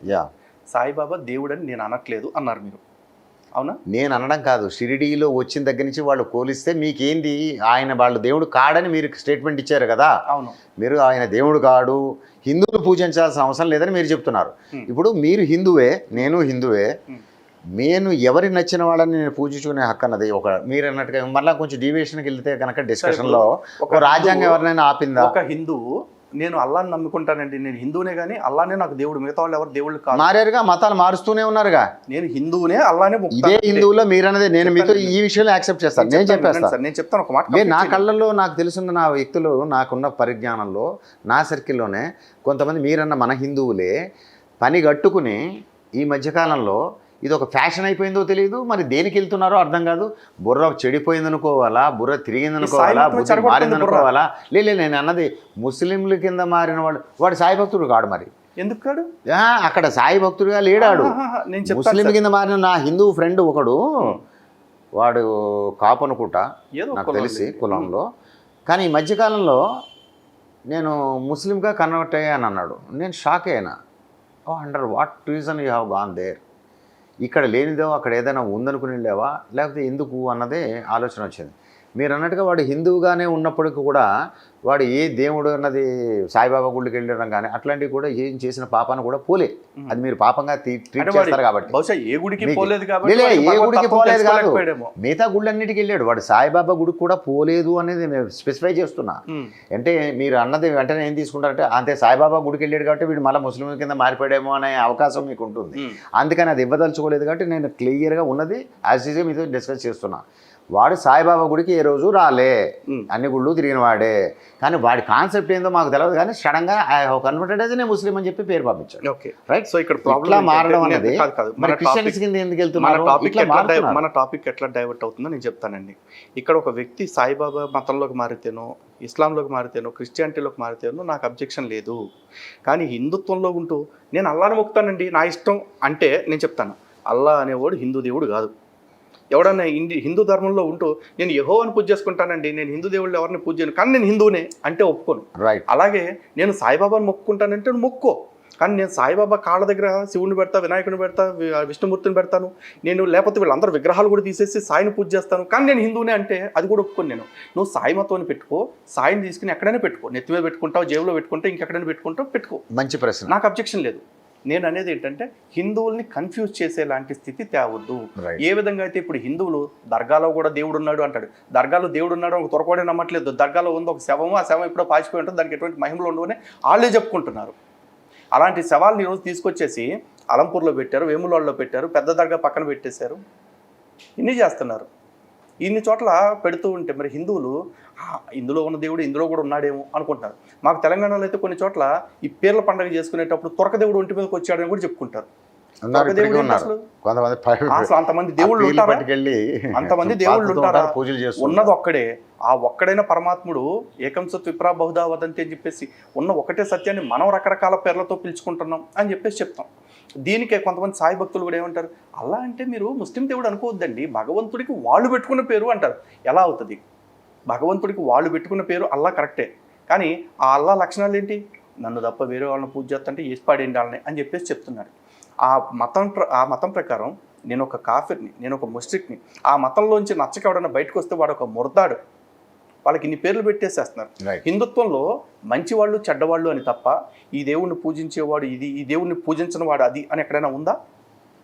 అందుకనే మీకు ఇందాక నుంచి మీకు ఒక క్లారిటీ పదే పదే చెప్పడానికి ట్రై చేస్తున్నాను. అంటే నేను మత మార్పిడి గురించి మాట్లాడుతున్నారు మీరు. మతం మారిపోతే నాకు టాపిక్కే కాదు, అది నేను సపరేట్ డిబేట్. ఎందుకు కారణం ఏంటంటే ఎవరికి సాయి భక్తులు అందరూ అది కాదు. ఇప్పుడు ఈ సాయి భక్తులు అన్న వాళ్ళందరూ హిందువులుగా ఉన్నవాళ్ళు పూజించాల్సిన అవసరం లేదని మీరు ఏదైతే అన్నారో, వాడు హిందువే, వాడు సాయిని పూజిస్తున్నాడు అన్నది మనకు అబ్జెక్షన్ అన్నది మీరు అంటున్నారు. పూజ చేయాల్సిన అవసరం లేదంటున్నారు. వాళ్ళు అల్లా మాలిక్ అంటూ పూజ చేస్తున్నారా, సాయి సాయి అంటూ పూజ చేస్తున్నారు? అల్లా మాలిక్ అంటున్నారు. వీళ్ళు అల్లా మాలిక్ ఎందుకంటారు? అల్లా మాలిక్ అంటారు, అల్లా పేరు రోజు తలుచుకుంటున్నారు. ఒకసారి నా ఫోన్ సాయి హారతుల్లో ప్రతిరోజు వాళ్ళు అల్లా పేర్లు తలుచుకుంటున్నారు. నేను చూపిస్తాను. సాయి మందిరాల్లో దీప ప్రజ్వలనలు చేశారు, హారతులు ఇచ్చారు, లేకపోతే శ్రీరామనవమి ఉత్సవాలు చేస్తారు, ఉరుసు ఉత్సవాలు చేస్తారు, విజయదశమి పండుగలు చేస్తారు. అక్కడున్న సాంప్రదాయాల్లోనూ మీరు అన్నట్టుగా హిందూ దేవుళ్ళ ఫోటోలు పెట్టారన్నది ఏదైతే ఉందో, వాళ్ళకి అందరికీ అక్కడ వచ్చినవాడు సాయి భగవంతుడు ఒకటే కనబడట్లేదు, మన వాళ్ళు కూడా మిగతా దేవతలు దేవతామూర్తులు అన్నీ అక్కడ ఉన్నాయి కదా, ఇప్పుడు ఎవరిని డైవర్షన్ చేయడానికి అటెన్షన్ పాల్చడానికి కాదు కదా అని ఎందుకు ఆలోచించలేదు ఆ కోణంలోనే అడుగుతున్నాను నేను. అంతవరకు మనకి దాంట్లో ఉంది పాట ఒకటి, అది క్లియర్గా ఉన్న మాట ఏంటంటే రహం నజర్ కరో అబ్ మేరే సాయి తుమ్ బినా నహి ముజే మా బాపు బాయి. అంటే నువ్వు తప్ప నాకు తల్లి తండ్రి అన్నదమ్ము ఎవ్వరూ లేరు, నువ్వే నాకు సర్వస్వం అని చెప్పారు. మై అందాహు బందాహు తుమ్హారా మై నా జాను అల్లా ఇలాహి. ఇది ఒక హిందువుతో రోజు ఎందుకు చదివించాలి నేను? ఇదిగోండి సాయి పూజా విధి, ఇది ప్రింట్ చేసింది షిరిడి సాయి సంస్థాన్. ఇదిగోండి సంస్థానోడు ప్రింట్ చేసి మా హిందువుల చేత ప్రతిరోజు అల్లా ఇలాహి అనిపిస్తూ ఉంటే నేను చేతులకు మేకులు కొట్టు కూర్చుంటానా? నా హిందువులందరినీ కూడా రోజు మత మార్పిడి చేయడానికి చూస్తుంటే నేను వీపీ గన్న కూర్చుంటా. ఇక్కడ మీకు ఒకటి ఏదైతే మీరు సంస్థానం వాళ్ళే ప్రింట్ చేసి ఇచ్చారన్నారో, we can go fight for the హిందూగా మీరు ఏదైతే చేస్తున్నారో ఆ ఫైట్ చేస్తుంటేనే కదండి ముండా గొడుగులు మార్చుకోకుండా నా మీద కేసులు పెడుతున్నారు. ఇప్పుడు మీకు ఒక విషయం చెప్పాలి, ఏదైతే ఉందో పుస్తకంలో ఉన్నది రాసింది ఎవరు అన్నది మనలాంటి వాళ్ళే. వీళ్ళు అక్కడ నేను వినండి, తప్పేం లేదు, తప్పే మాట్లాడుతున్నారు. లేదు తప్పెందుకు అవుతుంది? ఎందుకు లలిత్ కుమార్ ఇప్పుడు ఈవేళ ఇప్పుడు చెప్తాను సార్, చెప్తాను ఒక్క మాట ఒకే లాజిక్ అడుగుతాను. అగ్రెసివ్ గా కాదు సార్. నేను ఏమంటున్నానంటే with all due respect I know that. ఇప్పుడు నేను మీకు ఏం చెప్తున్నానంటే, ఈ పుస్తకాలు రాసిన వాళ్ళు ఇప్పుడున్న పరిస్థితుల్లో అది ఏదైతే ఉందో దైవత్వమా దివ్యత్వమా లేకపోతే ఇంకో దెయ్యత్వమా అన్నది పక్కన పెడితే, రాసిన వాడు హ్యూమనే. వాడు ఎవడైతే సంస్థానంలో వాడు రాశాడో వాడు అక్కడ చెప్పించి మనకి పుస్తకాలు కొట్టించి మన వాళ్ళందరి చేత ఈ తప్పు పని చేస్తున్నారు, దాన్ని ఫీల్ అవుతున్నారు అన్నారు. ఈ రాసిన వాడు ఎవడైతే రాత రాశాడో అదే పట్టిని కట్టుకుని మన వాళ్ళందరినీ కన్వర్ట్ చేస్తున్నారు అంటున్నారో, let us go for a legal మనం పోరాడుతున్నది దేనికి? మీరేమన్నారు? You have started in a foundation like Hindu Janashakti అనే పేరుతో హిందువుల యొక్క మంచి చెడ్డలు చూడడానికి, హిందూ ధర్మాన్ని కాపాడుకోవడానికి నేను కంకణం కట్టుకున్నానని పోయి ఒక అడుగు ముందుకేసిన ఒక వ్యక్తి వైషుడై అంటే ఇంక ఎవడో వచ్చి చేయాలి? హిందూ జనశక్తి అనే పేరుతో హిందువులు అందరినీ పరిరక్షించడానికి ధర్మాన్ని తీసుకున్న వ్యక్తి వైషుడాయ్ అంటే ఎట్లా? వైషుడాయ్ అంటే చెప్తాను. ఇక్కడ మీరు కాకపోతే ఎవరు చేయాలి? నాకు సాయిబాబా ఇష్యూలో షిరిడి కోర్టులో కేసు పడింది, అహ్మద్ నగర్ కోర్టులో కేసు పడింది. సో ఇప్పుడు నేను ఆ కేసుకి వెళ్ళాలి. షిరిడి వెళ్ళి రావడానికి నాకు ఎంత ఖర్చు అవుతుందో తెలుసా? న్యాచురల్లీ అవుతుంది కదా. అక్కడికి వెళ్ళి నేను జడ్జి గారి దగ్గర ఇట్లా నిలబడి వచ్చేళ్ళాను. అక్కడ మాట్లాడటానికి నా తరఫున ఒక అడ్వకేట్ పెట్టుకోవాలి. అడ్వకేట్ ఎవడో ఫ్రీ సర్వీస్ ఇవ్వట్లా. ఎవరు ఇవ్వరు. తెలుగు రాష్ట్రాల్లో ఉన్న అడ్వకేట్స్ని మాట్లాడితే అందరూ ఫ్రీ సలహా ఇస్తున్నారు, ఫ్రీ లీగల్ సపోర్ట్ ఎవడు ఇవ్వట్లా. ఒక ఆయన ఏమన్నాడంటే, సార్ మీ కేసు నేను క్వాష్ చేపిస్తాను సార్, బయట వాళ్ళకైతే మేము మామూలుగా క్వాష్కి ₹1,00,000 తీసుకుంటాం సార్, మీరు మనోళ్ళే కాబట్టి ఒక 1 lakh ఇవ్వండి చాలు అన్నాడు. ఇది తేడా ఏముంది ఇక్కడ? ఏం లేదు, అదే మా బతుకు చెప్తున్నా. ఈ టైంలో నేను నా కేసు వాదించుకోనా, లేకపోతే కొత్తగా దీని మీద కేసులు ఇవ్వడానికి ఏ లాయర్నన్నా రమ్మంటే ఎవడన్నా వస్తాడు అనుకుంటున్నారా? ఎవడు రాడు. అయితే ఇక్కడ మీరు ఒక పాయింట్ అడిగారు, ఈ బుక్ ప్రింట్ చేసినోడు తప్పు అని చెప్పేసి. ఈ బుక్ ప్రింట్ చేసినోడు ఏ ఇంటెన్షన్తో ప్రింట్ చేశాడు సార్? ఇప్పుడు సాయిబాబాకి లలిత గారు, నేను స్ట్రైట్ అవే ఆధార్ ఎవడు, వాడు ప్రింట్ చేయించిన వాడు ఎవడు, నేను ఎప్పుడు కూడా pin to pin point to point మాట్లాడుతున్నా.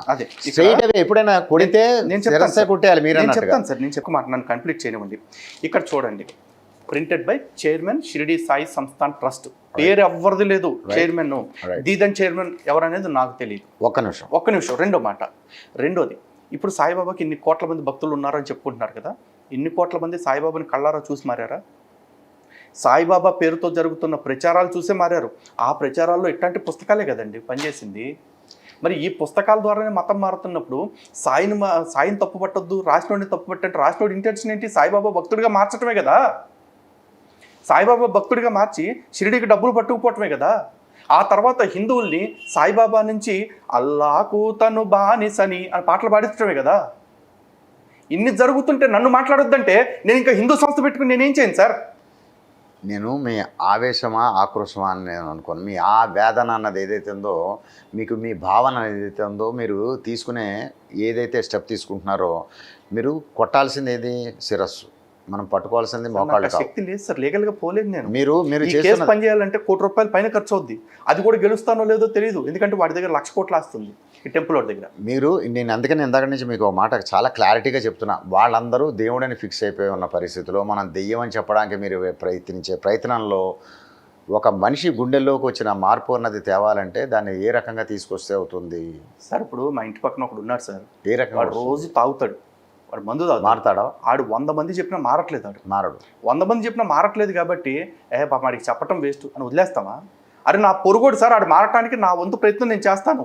వాళ్ళలాగా 100 మంది ఉన్నారు అనుకోండి, అరే 100 మంది తాగుతుంటే తాగనంత మాత్రం నువ్వు గొప్పోడువా, తాగే 100 మంది గొప్పోడా?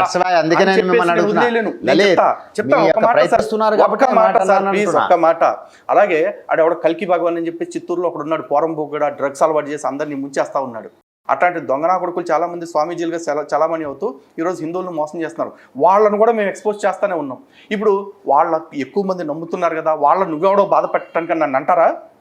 ఆర్టికల్ 51AH నాకు రైట్ ఇచ్చింది. ఎవడైతే తప్పుల్ని నమ్ముతూ ఉంటాడో వాళ్ళందరిలో కూడా సైంటిఫిక్ టెంపర్ని, హ్యూమన్ అప్రోచ్ని పెంచాల్సిన బాధ్యత it was given to every citizen of India and I'm one of them. Then you are not suppose to why should I అనేది మీరు అనకూడదు. ఎందుకంటే దానికి కారణం నేను చెప్పాను ఆల్రెడీ. నాకు ఫైట్ చేయటం ఇష్టం లేక కాదు. వై షుడ్ ఐ అంటే నాకు ఖర్చు పెట్టుకునేంత శక్తి లేదు, నేనే ఎందుకు చేయాలి? మరి వై షుడ్ ఐ అలోన్? నేను అదే క్వశ్చన్ చేస్తున్నా. That is my question straight away. Video చూసి 1,00,000 మందిలో ఒక్కడ శక్తివంతుడు వచ్చి నీకు లీగల్ గా ఎంత అవసరమైనా నేను చూసుకుంటా, లేదు లీగల్ గా నేనే ఫైట్ చేస్తా అంటే వాళ్ళు చేస్తే నాకు అది నేను గెలిచినట్టే ఫీల్ అవుతా. ఇదే కనెక్టివిటీలో మీకు చాలా క్లారిటీగా ఒక మాట చెప్పా.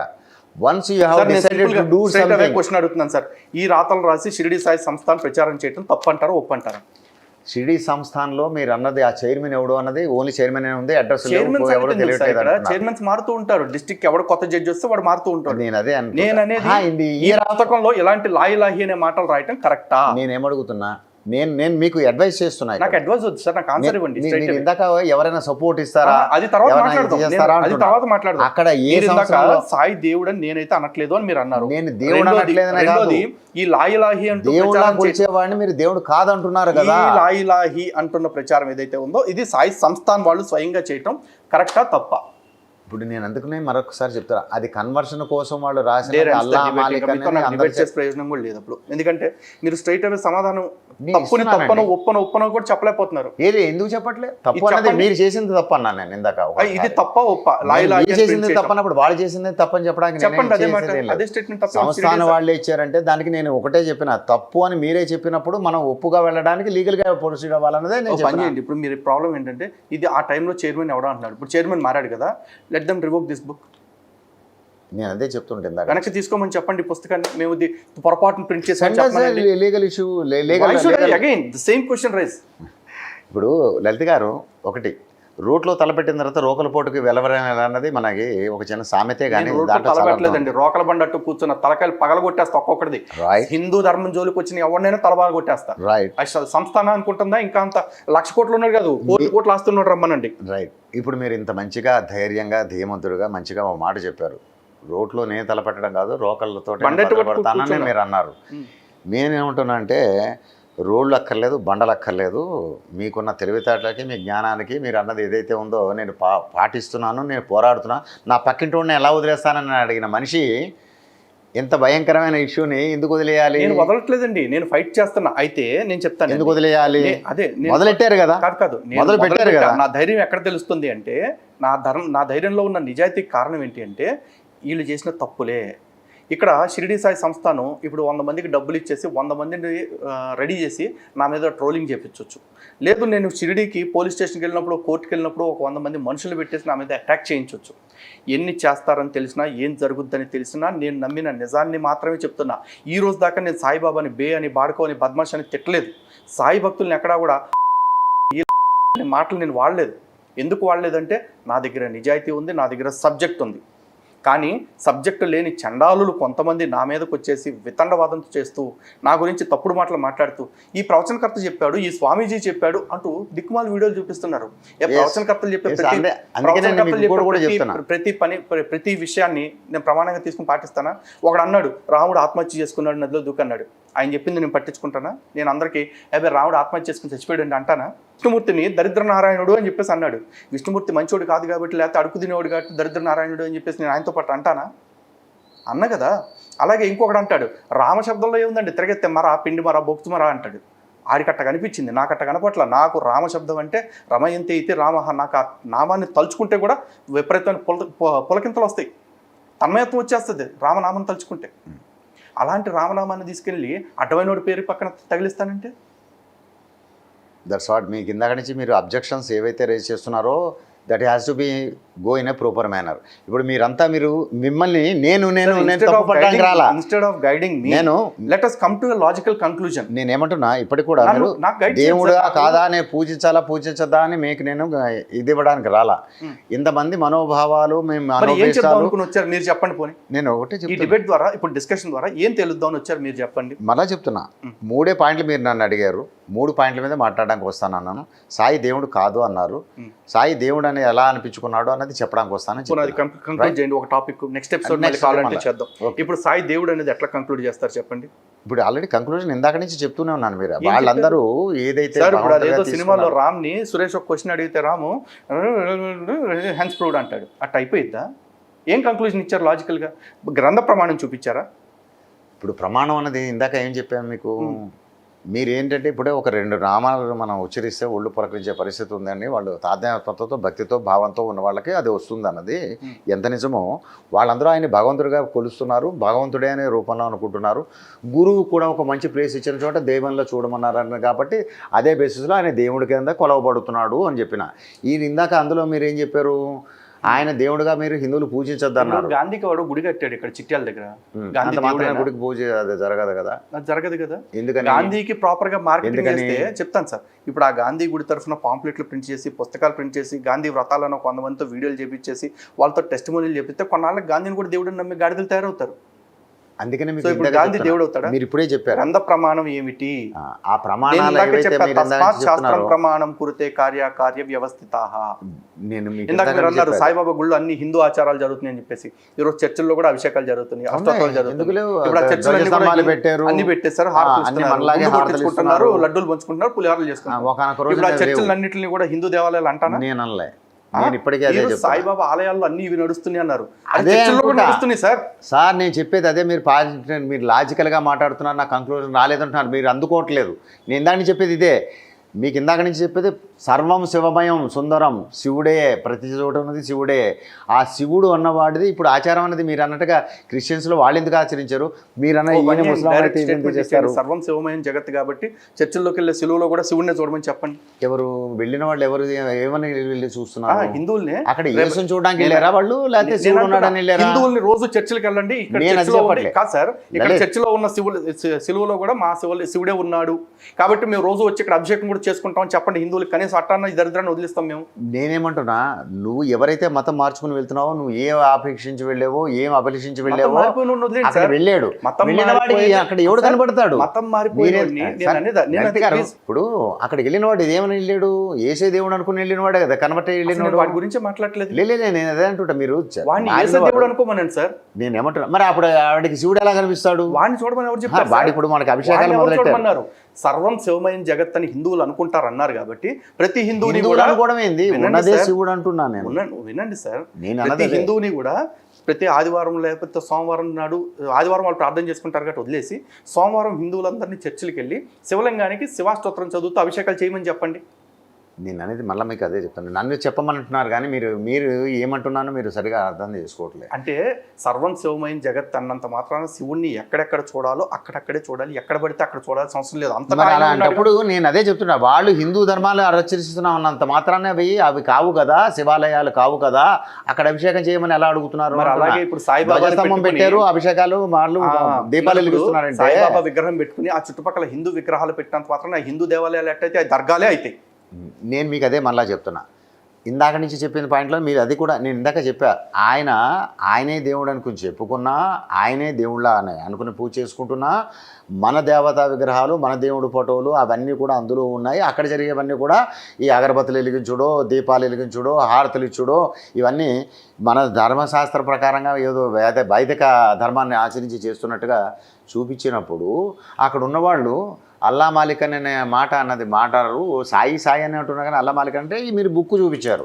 ఈ బుక్ చూపించినప్పుడు నేను మీకు మాట చెప్పిన, if that is the case, if they are going to divert our mind sets to become అనే ముస్లింగా కన్వర్ట్ చేసేస్తారన్న దానికి, సాయిబాబా అయితే పుట్టిన దగ్గర నుంచి అక్కడ కూర్చుని వందలాది మందినో వేలాది మందినో సాయి నుంచి ఏమంటారు అల్లా మాలిక్ అన్నాడు కానీ మత మార్పిడి చేసేయడానికి కూడా మనకి ఎక్కడ దాఖలాలు మీరు అన్నట్టుగా కొన్ని శాస్త్రీయ కంట్రోలు లేవు, ఎవరినో ఎంతమందిని మార్చేసేయడం తెలియదు.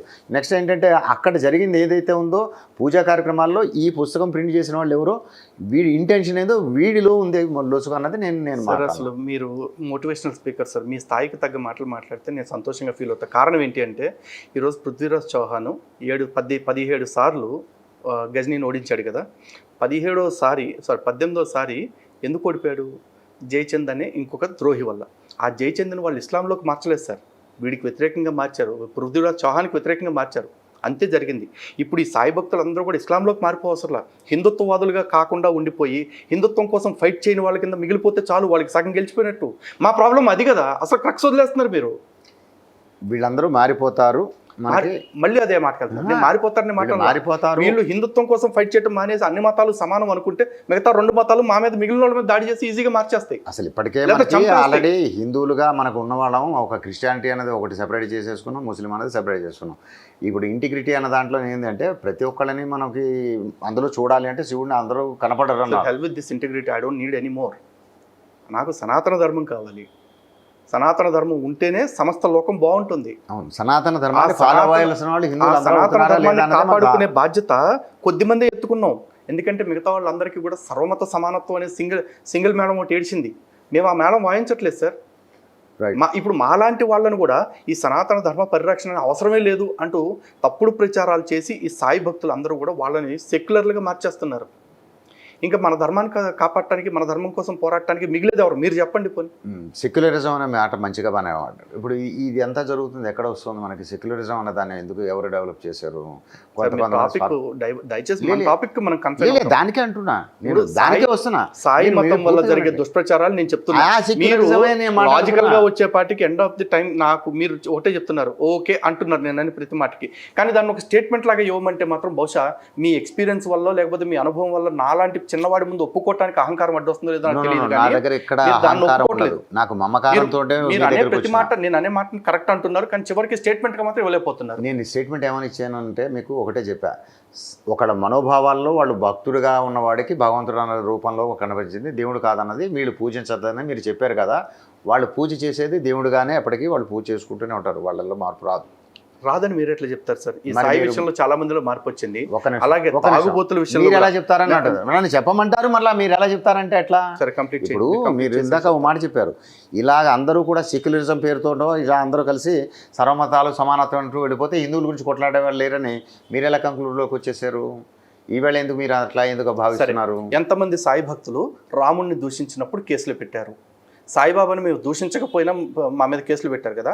రాముడిని కత్తి పద్మారావు అనేవాడు రాముడు నపుంసకుడు అన్నప్పుడు ఎక్కడ తొంగున్నారు? కత్తి మహేష్ అనేవాడు రాముడిని దగుల్బాజీ అన్నప్పుడు ఎక్కడ చచ్చారు? అయ్యప్ప స్వామిని బైర్ నరేష్ అనే గాడిద కొడుకు అవమానించినప్పుడు వీళ్ళు ఎక్కడ నిద్రపోయారు? అలాగే హనీ జాన్సన్ లాంటి పాస్టర్లు కొంతమంది షార్ట్ ఫిల్మ్స్ తీసి లింగమర్మము లేకపోతే ఇంకోటి అని చెప్పి సినిమాలు తీసి షార్ట్ ఫిల్మ్ తీసి అవమానిస్తుంటే ఎక్కడ తొంగున్నారు సార్ ఈ సాయి భక్తులందరూ? ధర్మరక్షణ కోసం బయటికి రావాల్సింది కదా. అదే చెప్తుంది. మరి వాళ్ళు అలా నిర్వీర్యం చేసేసి నిజమైన నపుంసకులుగా మార్చేస్తుంది ఈ ధర్మం. సరే, ఈవేళ మనం ఏదైతే మనం కొట్లాడదాం అనుకుంటున్నారో, మన హిందూ ధర్మాన్ని రక్షిద్దాం అనుకుంటున్నారో, let us go in hand in hand. మీరన్న ఆ 5-6 ఇవే కాదు, మనకి ఈవేళ నుంచి ఒక ఏమంటారు దాన్ని, వాళ్ళు ఏదైతే మనల్ని నెర్వస్నెస్ తీసుకొచ్చే విధంగానో లేకపోతే కొంచెం కాంట్రవర్సీలు క్రియేట్ చేసే వాళ్ళకి గట్టిగా మాటల రూపంలోనే కాకుండా చేతల రూపంలో కూడా ముందుకెళ్లే విధంగా మనం తీసుకోవాల్సిన వాటిల్లో ఎవరైతే మన హిందూ ధర్మాన్ని హిందూ దేవుళ్ళని తప్పుపట్టే వాళ్ళు ఉన్నారో, అసలు దేవుడు అనే వాళ్ళ మీదకి దేవతా ధర్మాలు అన్నదానికి తెలియని వాళ్ళు ఎలా పడితే అలా మాట్లాడే వాళ్ళకి గట్టిగా చెప్పడానికి అన్ని కాన్సెప్ట్లోనూ మనం రెడీగా ఉందాం. ఇది అన్నది ఏదైతే ఉందో, ధర్మం అన్నది ఏదైతే ఉందో, హిందూ ధర్మానికి దెబ్బ వేసేది అల్లా మాలిక్ అని పిలిపిస్తున్న దాన్ని, అది కాంట్రవర్సీయే కదా. అది వాడు ఎలా ప్రింట్ చేస్తాడు చైర్మన్ అన్న దాని మీద నేను ఒకటే అంటున్నా, దేవుడు అనేవాడు అయితే వాడు చెప్పలే, ఈ రాసిన వాడు ఎవడికో వాడికి ఏ పోగాలం వచ్చి రాశారు. వాళ్ళు ఎందుకు రాశారు సార్? సాయిబాబా బతుకున్నప్పుడు అల్లా మాలిక్ని అరిశాడు కాబట్టే కదా. సాయిబాబా బతుకున్నప్పుడు రోహిల్లా కూడా వచ్చి గొంతు చించుకునేలాగా కల్మా చదువుతూ ఊరోళ్ళందరికీ బలవంతంగా ఇప్పించాడు కాబట్టి ఆ రోజున ఊరోళ్ళంతా వెళ్ళి బాబా కంప్లైంట్ ఇస్తే అతను కల్మా చదివితేనే నాకు ఆనందం అన్నారు కాబట్టి ఇప్పుడు బాబా కనపడేలాగా ప్రతిరోజు అల్లా లా ఇలాహి అల్లాహ్ అని చెప్పేసి చెప్తున్నారు వీళ్ళు. ఇప్పుడు అందుకని బాబా ఇంట్రెస్ట్ ప్రకారం ఇది జరుగుతుంది, మీరు కాదని ఎందుకు అంటున్నారు?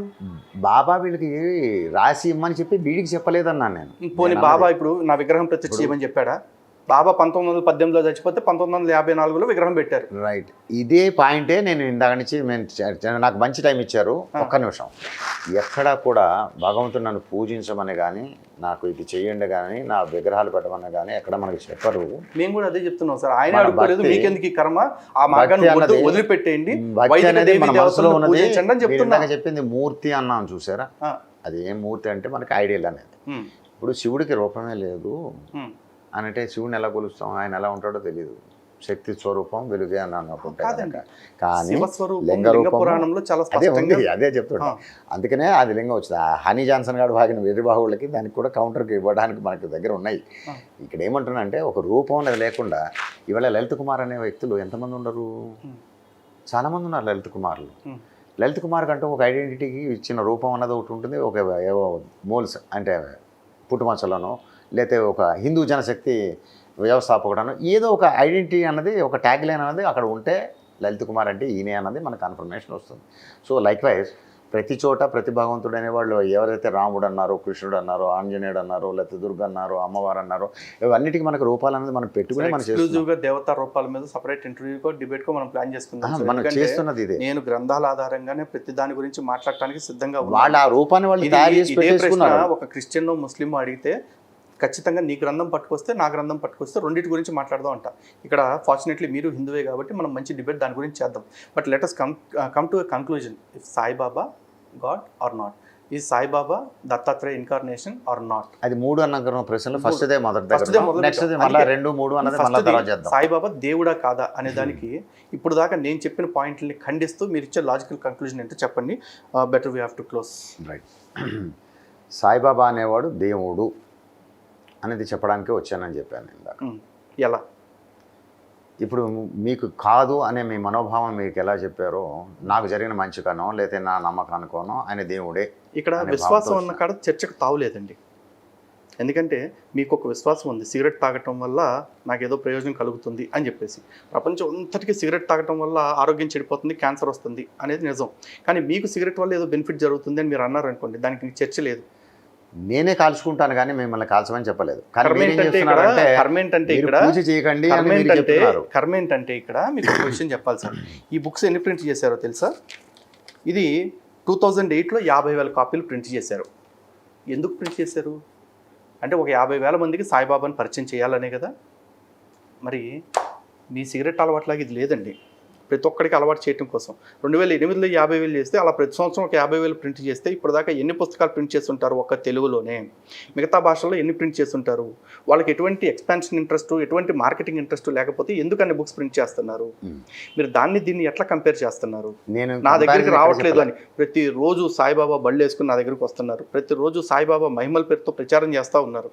నేను ఒకటే చెప్పినాను లలిత్ గారు, ఆయన దేవుడే అన్నదే దాంతో దాన్ని క్లోజ్ చేసేసాను. మీరు ఈ పుస్తకం గురించి లేదు అసలు మనం అభిప్రాయం అంటే ఏంటి? సాయిబాబా నాకు దేవుడు అన్నారు. అరే ప్రతోడికి దేవుడు సాయిబాబా నమ్మ భక్తులందరికీ. ఇక దాని గురించి చర్చ ఉంది. మీరు నాతో చర్చ చేస్తానికి వచ్చింది ఏంటి? నన్ను కన్విన్స్ చేసి సాయిబాబా దేవుడే అని ప్రమాణాలతో నిరూపించాలి. కాబట్టి ఏ ప్రమాణంతో నిరూపిస్తారు? నేను ఫస్ట్ నుంచి ఇప్పుడు దాకా అడుగుతున్నా. మీరు దేనికి కూడా నాకు రెఫరెన్స్ పరంగా చెప్పలేదు, లాజికల్గాను చెప్పట్లేదు. ఓన్లీ ఒకటే చెప్తున్నారు, నేను నమ్ముతున్నాను అంటున్నారు. నేను విశ్వాసము, ఎందుకంటే ఒక మాట చెప్తాను చూడండి, చెప్తాను సార్, ఇక్కడ ఒక మాట చెప్తాను.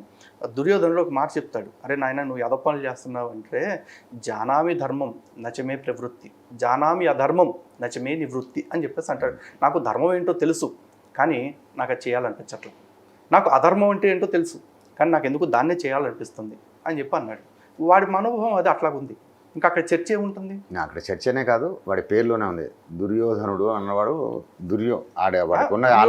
చెడ్డ పేరు కాదు సార్, అంటే యోధులు జయించలేని వాడు అని అర్థం దుర్యోధనుడు అంటే. వాడి ఆలోచనలోనే వాడు దుర్యోధనుడు అంటేనే ఒక నెగిటివ్ క్యారెక్టర్ గా ఆల్రెడీ మనకి భారతంలో ఎస్టాబ్లిష్ అయ్యాడు అంటున్నా. వాడి పేరులో తప్పేం లేదు.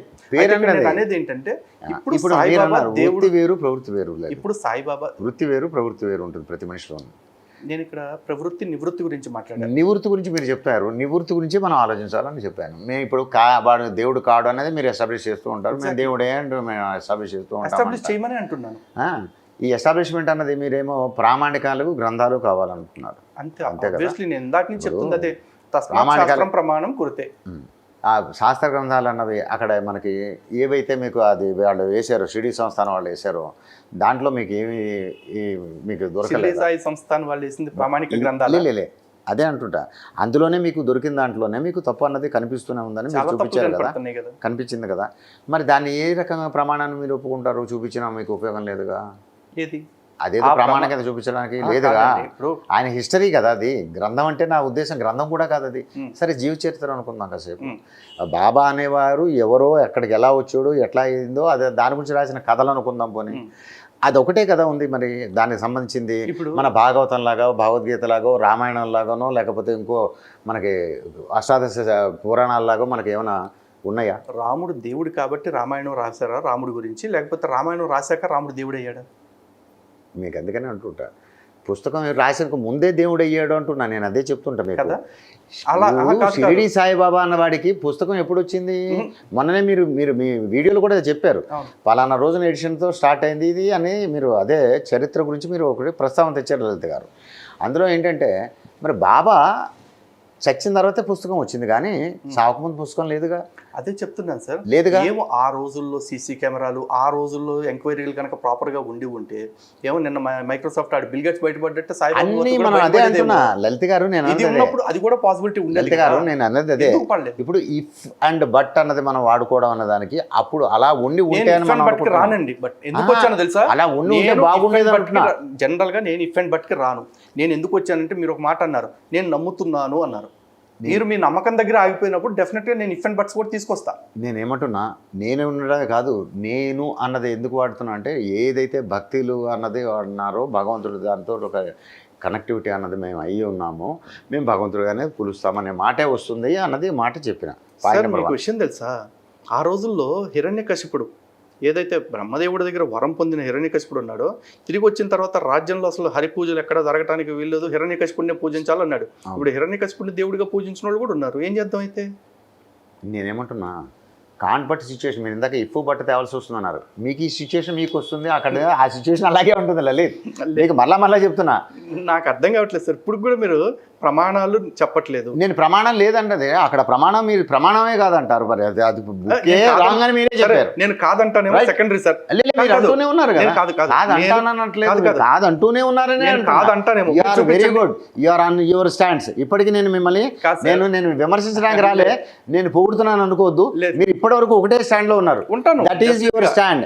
అదే నేను మీకు మరే పదే మీరు ఏమంటారంటే ఎంతసేపు పుస్తకాలు తెండి, గ్రంథాలు తెండి, నేను ఐడెంటిటీ అనేది నాకు కన్ఫర్మ్ చేయండి అని అడుగుతున్నాను. నేను ఒకటే క్లియర్గా మీకు మాట చెప్పా, ఆ పుస్తకమే ఉంది తప్ప లేనప్పుడు అంతకు ముందే ఆయన దేవుడుగా కొలవబడ్డాడు కదా. పుస్తకం ఆయన చచ్చిన తర్వాత వచ్చిందా? పుస్తకం బతుకున్నప్పుడు వచ్చిందా?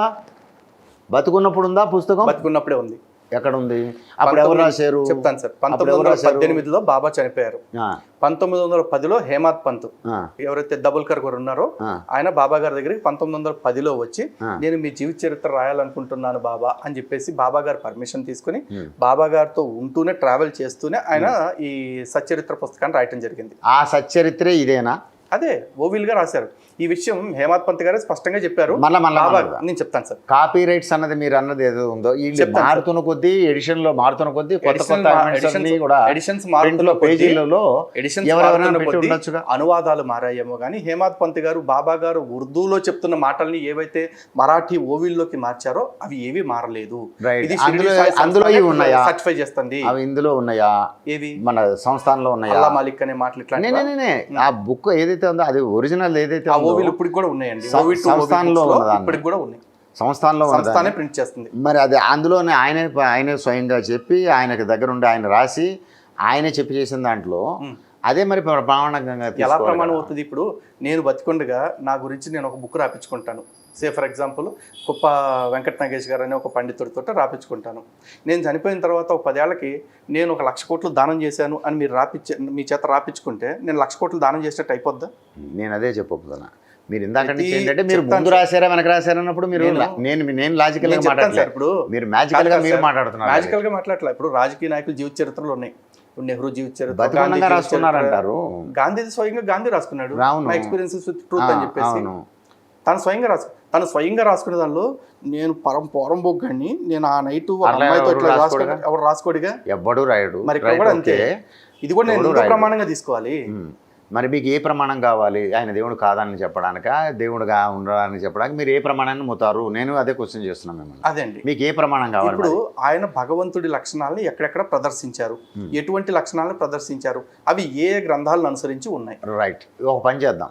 ఇదే మళ్ళీ దేవుడు అనే దానికి మీకు ఏ ప్రమాణాలు కావాలో లేకపోతే ఏ ప్రామాణికం మీకు నచ్చుతుందో I will try my level best to conclude you the same session. Can be continued. So ఈ సెషన్లో మీరు ఏదో వేరే సాయిబాబా దేవుడు, ఈ సెషన్లో సాయిబాబా దేవుడు అనేది కంక్లూజన్ రాలేదు అని చెప్పి ఒప్పుకుంటున్నారా?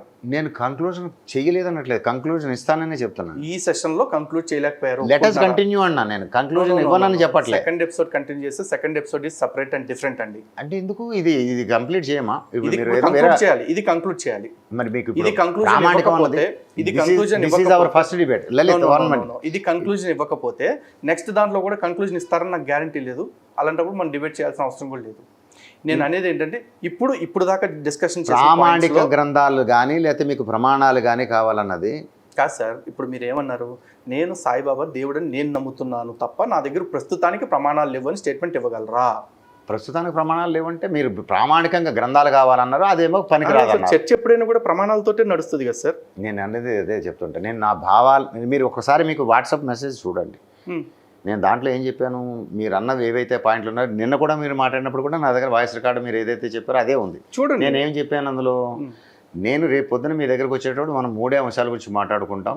నా భావాల్ని మీకు అక్కడ ప్రకటిస్తాను. మీరు మాట్లాడినవన్నిటికీ మాట్లాడతాను. ఆ 3 అంశాల్లో ఒక అంశాన్ని తీసుకున్నాం. అవునా? ఇవాళ ఒకటే అంశం తీసుకున్నాం. ఆ ఒక్క అంశాన్ని దాటి నేనేమన్నా బయటకు వెళ్ళానా? మీరు దాటడం కాదు, ఇందులో కంప్లీటే చేయలేదు మనం. నేను చెప్తున్నా కంప్లీట్ చేయలేదు అంటే మీ ప్రాబ్లం. నేను ఎందుకంటే 1 hour 10 minutes అయింది మనం ఇంటర్వ్యూ స్టార్ట్ చేసి. ఈ 1 hour 10 minutesలో మీరు నాకు ఇచ్చిన రెఫరెన్సెస్ ఏంటి, లాజికల్ కంక్లూజన్ ఏంటి? మీకు నేను నేను చెప్పింది మీకే మిమ్మల్ని అడుగుతున్నా, మీరు ఇచ్చిందంటూ మీరే చెప్పండి, నేను ఒక 5 నిమిషాలు మీరు చెప్పిందల్లా వింటా. ఇప్పుడు సాయిబాబా దేవుడు కాడు, హిందువులు పూజ చేయకూడదని మీరు చెప్పారు. చెప్తున్నా ఇప్పటికీ కంటిన్యూ అదే ఎందుకు అవుతుంది. చేయకూడదు అంటే నన్ను రెఫరెన్సెస్ అడిగితే నేను ఇప్పుడే చూపించేస్తా. అది ఆల్రెడీ మీరు చెప్తూనే ఉన్నారు, అందులో అల్లా మాలిక్ అని రాసి ఉందని మీరు అది reference కాదు, ఇప్పుడు ఇవ్వడమే నేను కాదు. సనాతన గ్రంథాల నుంచి కూడా రెఫరెన్స్ ఇస్తా సాయిని ఎందుకు పూజించకూడదు అనేది. బట్ ఇప్పుడు మీ కంక్లూజన్ ఏంటి చెప్పండి. మా కన్క్లూజన్ ఏంటంటే, ఇప్పుడు ఎప్పుడైనా సరే ఒక వ్యక్తిని భగవంతుడిగా కొలిచే పరిస్థితి వచ్చింది అంటే అతను మానవుడి రూపంలో ఉన్నాడా, ఆయన వేరే మతంలో ఉన్నాడా, కులంలో ఉన్నాడా అన్నది కాకుండా అందరి మనసుల్లో అంతరాత్మలో ఆత్మలో పరమాత్మ ఉంటాడని నమ్మే ప్రతివాడు, అందులో నేను ఒక హిందువుగా నేను నమ్మిన ధర్మంగా ప్రతి వాడిలోనూ భగవంతుడు ఉన్నాడు అనుకునే పరిస్థితిలో కనుక ఎవడు సాయం చేసినా భగవంతుడు అనుకునే పరిస్థితి ఉంటే కనుక ఎవరైనా భగవంతుడి రూపంలో వాడిని చూడగలగడానికి వాడికి అర్హత అనేది మనం ఇచ్చిన వాళ్ళం అవుతాం. గురువు ప్లేస్లో ఉన్నవాడు మంచి చెప్పిన వాడిని దేవంగా పూజిస్తాం. ఇది నా కంక్లూజన్. ఓకే, సో ఇక్కడ నేను ఒకటి చెప్తాను సార్. సనాతన ధర్మం ప్రకారము మాకు భాగవతంలో కొంతమంది గురించి చెప్పారు. అందులో వేద మార్గాన్ని విడిచిపెట్టి వెళ్ళిపోయిన వాళ్ళని మ్లేచ్చులు అని చెప్పేసి అంటారు. అటువంటి మ్లేచ్ఛ జాతుల్లో ఇప్పుడు క్రిస్టియన్స్ని ముస్లిమ్స్ని కూడా మేము కన్సిడర్ చేస్తాం. అలా భగవంతుడు కోరి కోరి కోరి, ఒకవేళ సాయిబాబాని మీరు అన్నట్టు భగవంతుడు అవతారంగా కన్సిడర్ చేయాలంటే కోరి కోరి భగవంతుడు ఈ మ్లేచ్ఛ మతాల్లో ఎందుకు పుడతాడు, వేద ధర్మానికి విరుద్ధంగా వేదబాహ్యంగా వెళ్ళిపోయిన ధర్మాల్లోకి ఎందుకు వెళ్ళాడు? ఒకవేళ వాళ్ళని ఉద్ధరించడానికి అనుకుంటే వేద మార్గాన్ని విడిచి వెళ్ళిపోయిన వాళ్ళని తిరిగి వైదిక మార్గంలోకి తేవటం కాకుండా ఆల్రెడీ వైదిక మార్గంలో ఉన్న వాళ్ళని ఈ వేదబాహ్యమైన మార్గాల వైపు మళ్లించేలాగా ఎందుకు చేస్తున్నాడు పరమాత్ముడి అవతారం అయితే కనుక? దీనికి ఇప్పుడు ఇచ్చిన సమాధానం పర్లా నెక్స్ట్ ఎపిసోడ్లో వివరంగా కంటిన్యూ చేద్దాం. సరే, మీ ఇష్టం. Right, okay. సో ఇదైతే కంక్లూజన్ రాలేదు నాకు. ఓకేనా? Thank you so much.